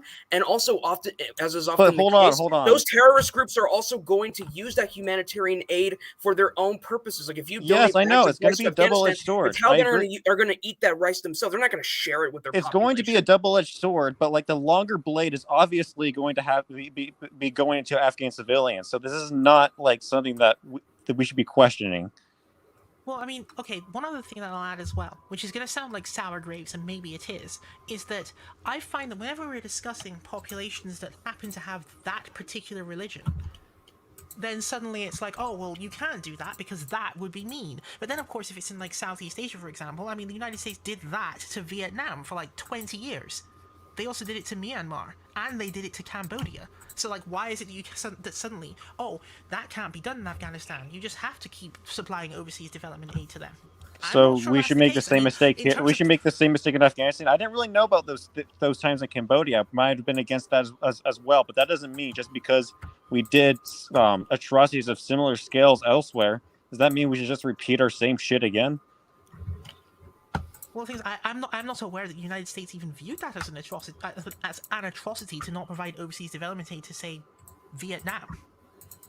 The current course, even with aid, 1 million children are going to die. So, like, that's already bad enough. I don't think we need to take away even more aid. That's ridiculous.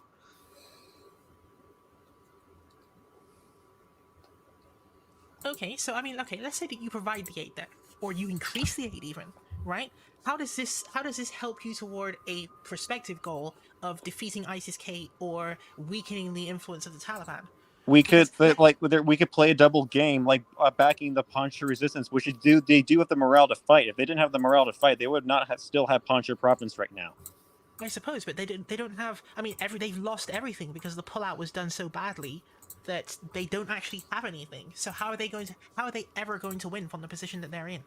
We start arming them they went on offensive. They But won't managed to those go. arms just They leak? managed to go into hold on. They managed to go into an offensive into Parwan and Baghlan provinces. That's like without any aid whatsoever. Like that's amazing. They managed to go on an offensive against the Taliban initially in their early stages. How long can they keep that up for before they get infiltrated by the very people that they're fighting against? Because you saw this happen before in the context of Syria as well, where everyone was saying, "Oh, well, you can just support these rebels who previously were affectionate toward the United States, and nothing will possibly go wrong." And then we've seen how that plays out. But they're not So they're not fighting you're for the United States anymore. They're fighting for themselves. Well, I mean, that's what people say all the time. They're Tajiks. They're literally Tajiks. They don't want to be a part of the Taliban. The Taliban is a what is it what's the name of that I forgot the name of that ethnic group. Pashtuns, yes, a Pashtun organization. It's a Pashtun supremacist organization that will not take minority interests into account. So there's no way that this Tajik militia is going to sympathize with the Taliban. Okay, and so let's say that's the case, and so your idea would be to arm the Tajiks in the hope that, well, I mean, even then, I mean, how much could they accomplish if they're an ethnic minority group within the context of the whole of the territory of Afghanistan? Like, what part of Afghanistan would they be able to hold? Only the part where the Tajik people are, right? So would it be a secessionist move as opposed to a movement? No, because they literally call themselves the National Resistance Front of Afghanistan. They want to take the whole country. As a matter of fact, like Ahmad Masad Sr., he wanted to build a democratic Afghanistan, even when the United States didn't even have a presence. So, like, yeah. Okay, so let's say that we go with that then. Politicrat, please mute yourself. There's so much background noise. Perhaps those individuals should be funded, but that maybe this overseas development aid shouldn't be just sprayed across the entirety of the country indiscriminately? I mean, surely you'd want to direct most of your funding toward training and arming that particular force then, if that's what you're going to do. But I'm extremely skeptical of this idea of just everything that goes wrong in Afghanistan from now on. Everyone needs to kind of run and offer solutions without actually shifting that government which is presently sitting there. I don't know. We're in a very complicated situation, but like what I know for certain is that we should definitely not withhold aid. Although on that note, what I want to do is I want to move on to discussing the article that Coronis or Verusticum, I'm always going to know you as Coronis, man, but the one that Coronis/Verusticum sent me. After which we are going to move into our closing statements. Okay. So hold on a second. Wait, what's with all the background noise on your end, Politicrat? That's highly distracting. Oh, that's the fan. I'm sorry. It's all right. It was my roommate. He was cooking earlier, so. All right. So, the Taliban are losing the fight against the Islamic State. In what is becoming a monthly phenomenon, the Islamic State's branch in Afghanistan, the Islamic State Khorasan, or ISK, as we all know, has topped all of its global provinces in terms of both quantity and operations, as well as casualties inflicted, reclaiming its place as the most powerful Islamic State branch. Despite polynash claims by senior Taliban officials and to Western media outlets that ISK is not a serious threat to the Islamic Emirate, or that if we get rid of our economic and administrative problem, ISIS will disappear in 15 days in all of Afghanistan, the reality of the ISK's resilience and expansion is becoming ever more apparent. I won't go on to read the rest because that pretty much sums up what the entire article is discussing. Yeah. But basically, the Taliban is treating ISIS-K like how Trump was treating coronavirus. It will go away. It will just vanish. It will disappear. Honestly, that almost, the way they're treating it almost implies like, so I know the Taliban, that like they're not like literally reaching out to us and saying, "Oh, support us, Daddy," but like it's almost like at this point they are silently saying, "Hey, United States, we're kind of sorry, but not really for like being dicks to you guys." But like at the same time, I feel like maybe we need to work together. It's basically they're giving them hints. It's like a girl in high school who's giving subtle hints to a guy that she likes him, but he does not pick up on it. That's what it seems like with the Taliban in the United States. Like you would know about that, politicrat. Fuck you. Yeah, no, that's the best analogy I could think of. Although you should go scroll down to the very bottom, like at least like the final 2 paragraphs. Yeah. Final 2. I'll do final 3. Aside from financial, sectarian, and ideological factors, the Taliban rank and file are simply bored. The group was founded on martyrdom and jihad. The Butlerian jihad, to be specific. No, I'm kidding. In fact, no. Read from the 4th paragraph down instead of the 3rd. Oh, fuck, man. Sorry, do it. You know what? I'll do it from this one right here. We might as well read the whole thing. No, I'm just gonna stick with this. We're really running out of time. But Butlerian jihad, and on top of financial incentives, many Taliban may simply join ISK to be able to continue waging jihad indefinitely and have the chance to become martyrs. In addition, aside from the strong grassroots support among urban Tajiks, exasperated by the fact that the Taliban is essentially a Pashtun movement, ISK has absorbed cadres Pause a moment there. This may undermine the point that that was being made by Dr. Globe earlier on as well, because I said that how do you know where these weapons will go? And he said, well, they're not going to go to the Taliban. Well, what if they go to ISIS-K instead? That's why I think we should have just done Scorched Earth. If we weren't going to take these weapons with us, we should have just bombed them before we left Afghanistan. Okay, so I'm going to say that. Hold on. Then you have a problem. I'm not. Those weren't the Panjshir forces. Like, yes, it is true that there are some Afghan National Army troop that defected to ISIS-K, but those are from all across the country, and so I think I made my explanation there. I still think we should have done Scorched Earth though. If we were to withdraw, we should have just bombed all of our resources that we still had there instead of leaving these fucking tanks and planes behind and bombs. Because I'm gonna say the National Resistance Front is really good at making sure the Taliban doesn't acquire their stuff. I hope so. They're people undermine how competent they are. Let's continue though. Okay, yeah, let's continue. We need to finish the article and then move on to closing statements. We're really running out of time. Okay, so where was I? Including the Tehrik-i-Taliban Pakistan, or the Trans-Pacific Trade Partnership. Oh, whoops. No, I fucked up there. Or TTP, not TPP. TTP, otherwise known as the Pakistani Taliban.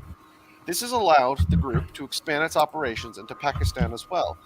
So thoroughly infiltrated are the Taliban and the TTP that the Taliban's Amir, whatever the fuck that name is, recently warned the group. I don't give a shit what his name is. It's hard to spell, and I blame his parents. Recently warned the group in a rare address.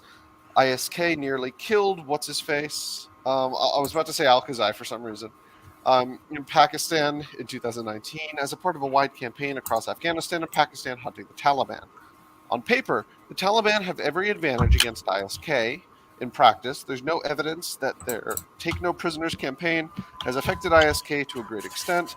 While ISK probably won't threaten the Taliban's overall control of Afghanistan in the short term, It will soon likely be able to contest multiple districts, as it reportedly has in Nangarhar. U.S. hopes of a counterterrorism partnership with the Taliban to prevent ISK attacks were always ill-conceived. The Taliban can't even protect themselves. That's a black pill right there, guys. Yeah. Oh yeah, I will say though, honestly, do you know how I think here's something controversial? Here's something I believe. So you know the old adage, we should not negotiate, like we don't negotiate with terrorists. Like you guys all know that, of course. Honestly, I'm gonna take that further. I don't think we should give quarter to terrorists. When we're fighting people like ISIS, I don't think we should take prisoners. Is that controversial? I'm sorry. I don't know. I mean, Donald Trump said in 2016 that if you're dealing with terrorists, you have to kill their families because those families will. No, I wouldn't go that. I wouldn't go that. I know, but it's like that. I mean, I don't believe terrorists should have quarter. They don't deserve quarter because they are inhuman. Oh yeah, but they're subhumans. Beforehand, Ray mentioned how the Taliban were basically they were like, if they suspected an ISIS fighter was in a village, they would just massacre the entire village, and it's still not working. Something along those lines, right, Ray? Yeah, that would be my counter argument. That basically just doing massacres for no reason is usually not going to help. And I'm not saying it's a massacre. I'm just saying like, oh no, we surrender. Like we attacked you, but like we see you're surrounding us now. It's like fuck. That's not how the game works. Execute. Well, I mean, even in that case, when people are mad in the heat of the moments, and it's completely understandable, I think people should still stop and pause for a moment and be like, well, I actually take them all as prisoners. And the reason you take them as prisoners and you treat them according to the rules of being prisoners is because sometimes they may be so surprised by this, they'll start giving up information to you. That's actually not a fair point. Honestly, okay, so again, that's not what the oh, I like Patrick Bateman. The spice must flow. No, but I'm gonna say. So I do want to have a stream coming up at some point on capital punishment. I know. I don't know if she's watching right now, but Sam, who we had on the last stream, that's like her area, and I know she really wants to do that as well. And I definitely think we should talk about the ethics of no quarter. Is she anti or pro death penalty? Very pro death penalty. Based. Anyway. Cringe. Okay, Alkazai and you and I finally agree on something. We agree on a lot of things. What are you talking about? I mean, you're pretty cringe, but I agree with you on stuff. Either way, I think on that note, we should move on to closing statements. We will go clockwise again. Ray, Kilhoun, Rusticum, Alkazai, Dr. Globe. I'm not going to really give a time limit. Just fuck that at this point. But we'll start with Ray. Closing statements, Ray. Okay. Closing statement. I mean, I'm going to partially double down on things that I've said earlier, which is basically the level of confusion that's going on there now, and particularly the thing that we just had on the screen about urban Tajiks essentially playing an interesting double game as a group. I mean, how do you know where your weapons will be going if you're trying to sort of support them as a freedom movement against the Taliban? Because that could go two ways. That could either go toward people who would like to reestablish the republic, or toward people who have joined ISK because they want to do that, right? So that's going to be extremely problematic in terms of where's your money going. So again, I would rather not put any money toward any of them, rather than, be found funding the wrong thing at the end. I mean, I can't say that I can't predict what the US will do, but let us hope that they do not end up throwing money around in the wrong directions. And then, of course, you have on the other hand Taliban's Emir Haibatullah Akhundzada, who is, let's consider it as the de facto leader of Afghanistan now, given that the force of greatest consequence in Afghanistan right now, unfortunately, is the Taliban, as inadequate as they are at even basic governance. I mean, again, not funding terrorists. I mean, Haibatullah Akhundzada is essentially the guy who has taken over from the previous guy, who in turn took over from the previous guy, who in turn is the guy who allowed Osama bin Laden to set up training camps in Afghanistan in the first place. They've never apologized for doing this. they have no regrets whatsoever for the things that they have done to people who had no idea what was happening and were effectively innocent of anything before they were attacked by these people. So supporting the Taliban against ISK, I mean, that sounds like a recipe for disaster on a different level. And so, no, what I would do is I would say let everything actually molder and implode, rather than actually give any money to any of these guys who are all going to come rubbing their hands asking for different sums of money to fight each other, when you could just say, no, we're not doing any of this anymore. And so I would say the optimal response is to not supply any money to anyone or anything or any organization or any institution in that country until someone can figure out what is going on.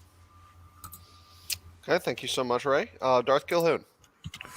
So my closing thoughts on Afghanistan is, well, I'm not going to be rational about this. I'm going to be very emotional. I hate that entire region. I hate that country for what it has done, the damage it has done to soldiers I respect that have unfortunately been deployed out there, that have the psychological scars that affect them to this day.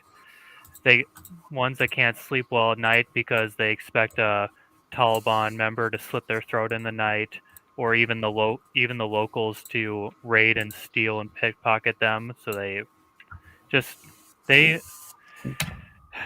I've just seen the psychological damage from being out there on our soldiery, and it's just sad to see these great men that in any other time would be the best soldiers, but now they are just wrecks of a human being.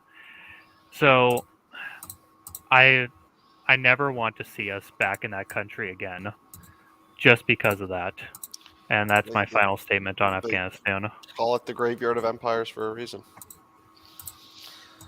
All right, Verusticum, final thoughts? First of all, you should mute yourself when you're not talking, because that noise is highly distracting. Oh, I don't hear anything coming from him. I hear something might coming be someone from. else. I hear something coming from someone else. Well, now I don't hear it. It's from your end, I think. It's not from my end because I hear it coming from the computer. It doesn't matter. Go. Okay. So yes, I believe we had a valid national interest in Afghanistan. And therefore, we just needed to stay there until the job was done. There's no excuse for abandoning it, knowing full well it will come back to haunt us down the road, just as it did when we abandoned Iraq back in the late 2000s under Obama. And to respond to a point Gilhoun made, I admire soldiers. They have fought for this country. They have sacrificed themselves for the national good. And we need to do everything possible to accommodate veterans into our society. It's a disgrace. I want to vomit when I see homeless veterans. Like, we have so much, we can build so much housing for these people, and we just abandon them. It's disgraceful. It's disgusting how we treat some of our veterans. But to finish this off, hold on, actually. But the point I want to make, though, is that, yes, what soldiers go through, the psychological strain soldiers have to endure sometimes after war, soldiers consent to that risk when they sign up for military service. And I actually have mixed feelings about the draft for that reason. It might be a necessary evil sometimes, but I have mixed feelings about the draft or conscription in general for that reason. But what I want to say this, I want to finish off with this. Basically, now more than ever, America needs the will to power again. Something it had since Manifest Destiny, but was sadly lost due to communist corruption in the 1960s. Something Joseph McCarthy was rightly trying to expose, but it was temporarily revived under Reagan, but it has been lost again starting, I would say, in the 2010s. The United States must champion her interest again, and her citizens should be proud and willing to fight for her, whatever it takes. And the last thing I'll say is this: Dan Crenshaw, 2024. And with that, I yield. All right, thank you, Rusticum. Alkazai? I know you've only been here for 20 minutes, but like I want you to still give your final thoughts. I just hope everybody involved in this situation is having fun. I think that's what's most important. I just hope everyone has fun. I don't know what the fuck that means, but I know you're like a retarded shitlord. So okay. serious It reminds me of a thoughts. thing Dick Cheney said once as well, that I hope everybody's having fun, and that was during the time when the economy had imploded just after the housing crisis thing. That was fantastic. Great. Did he actually say that? Yes, he actually went on CNN and he said, and I think it was John King that asked him, so do you have any advice to Democrats or to any of the Republicans who don't like the things that are happening right now during these bailouts? And he said, I think that everyone should just sit down for a moment and think for ourselves, I hope that everyone just remembers to have fun and enjoy themselves. Okay, Like, well, hilarious. Can I give my my serious thoughts though? Is I do think we need to go back in Afghanistan, because I just don't see how this won't just come back and bite us in the ass, and we'll have to come back anyway. I don't want to, but I think it's entirely necessary. Okay. Last but not least, Dr. Globe. Final thoughts. All right, so I'm going to start off back during the Kingdom of Afghanistan. Many people say that democracy is alien to Afghanistan. They can never develop it domestically, but that is not true, because you have Mohammad Zahir Shah, who, during his term, he introduced free elections, civil rights, women's rights, and universal suffrage, shit like that. And guess what? They weren't really in the ally of the United States either. They were neutral. They were receiving aid from both the United States and the Soviet Union. So they had homemade domestic reforms. And the only reason why all of that fell apart was because of the Sour Revolution, which was probably helped by the Soviet Union, that toppled the monarchy and installed a socialist government in the Democratic Republic of Afghanistan, making outside powers look bad.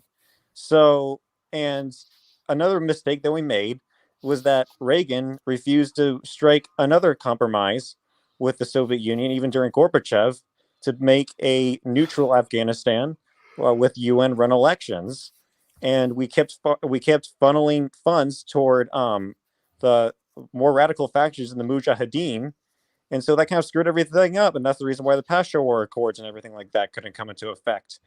And certainly another example when democracy was being homemade in Afghanistan was under the Northern Alliance and under Ahmad Shah Massoud.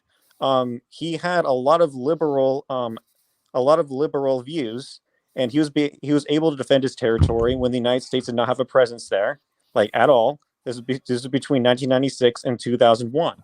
So there are many instances where Afghans do want democracy, and even after the Taliban took the rest of Afghanistan, you see people like protesters in Jalalabad holding the Afghan flag in front of the Taliban, not scared of being shot to death, which they did end up getting shot to death. So let's not pretend like these guys would much prefer the Taliban. They absolutely would not. Now to the next point. I think the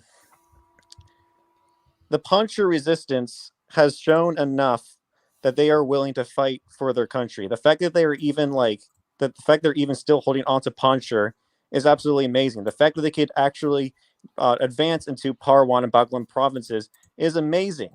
And the reason why they've gained so much power is because they had more morale to join them. They wanted to defend they wanted to defend the last remnants of the Islamic Republic of Afghanistan. Of course, that became futile because they lost morale. Because why? Because they're not receiving foreign aid. And so when the Taliban is massacring villages, there's not the Islamic Republic to help them. There's ISIS to help them, which is why ISIS is getting more armed. So if anything, the fact that we're not arming the National Resistance Front is the reason why ISIS is growing instead of them. And I would also say this, like, I've thought about this fact, like that George brought a little bit ago. Why not just do aid? Why just not do aid instead of invading them again? I've thought about this as well, but it would not. But we're already doing that, and 1 million children will still die. So I just also wanted to respond to that, and that's my closing statement. All right. Thank you so much, everybody, for coming on this evening. And I didn't steal that idea from you, Politicrat. I just agree with it now. I'm messing with you. He was referencing something in the private chat, folks. Doesn't matter. But either way, thank you, everybody, for tuning in this evening. Honestly, so I knew this was going to go well, but it went a lot better than I thought I did. We got some good views, and we've gotten a lot of engagement. Especially, have you guys been watching the chat?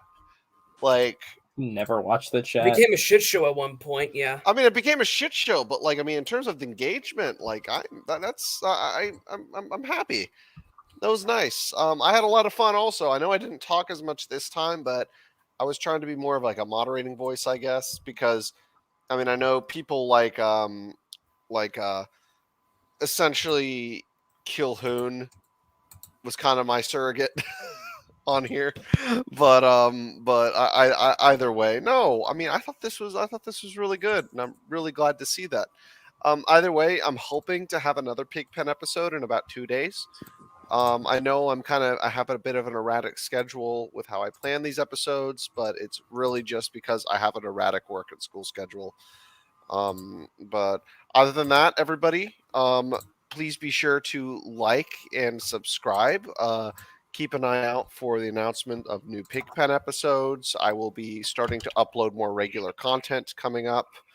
And thank you to everyone on the panel for joining me tonight. I think this was a fantastic conversation, and I hope to have you all again at some point in the future.